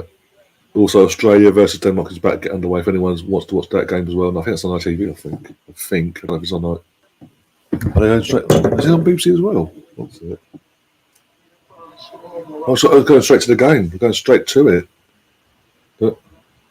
So obviously, yeah, literally about to kick off. I thought it was on ITV. That's why I was saying that. It was on BBC. Yeah. Right, sticking on BBC, gone straight to this. So obviously, any analysing of the game from the England perspective and penalty shootout will go at half time. That'd be fun. Good luck to Australian Kate and her Steph, but yeah. Oh dear. Aside from that, guys, I'll see you on the other side. Take care of yourselves, of everyone in the world, States, Canada, wherever.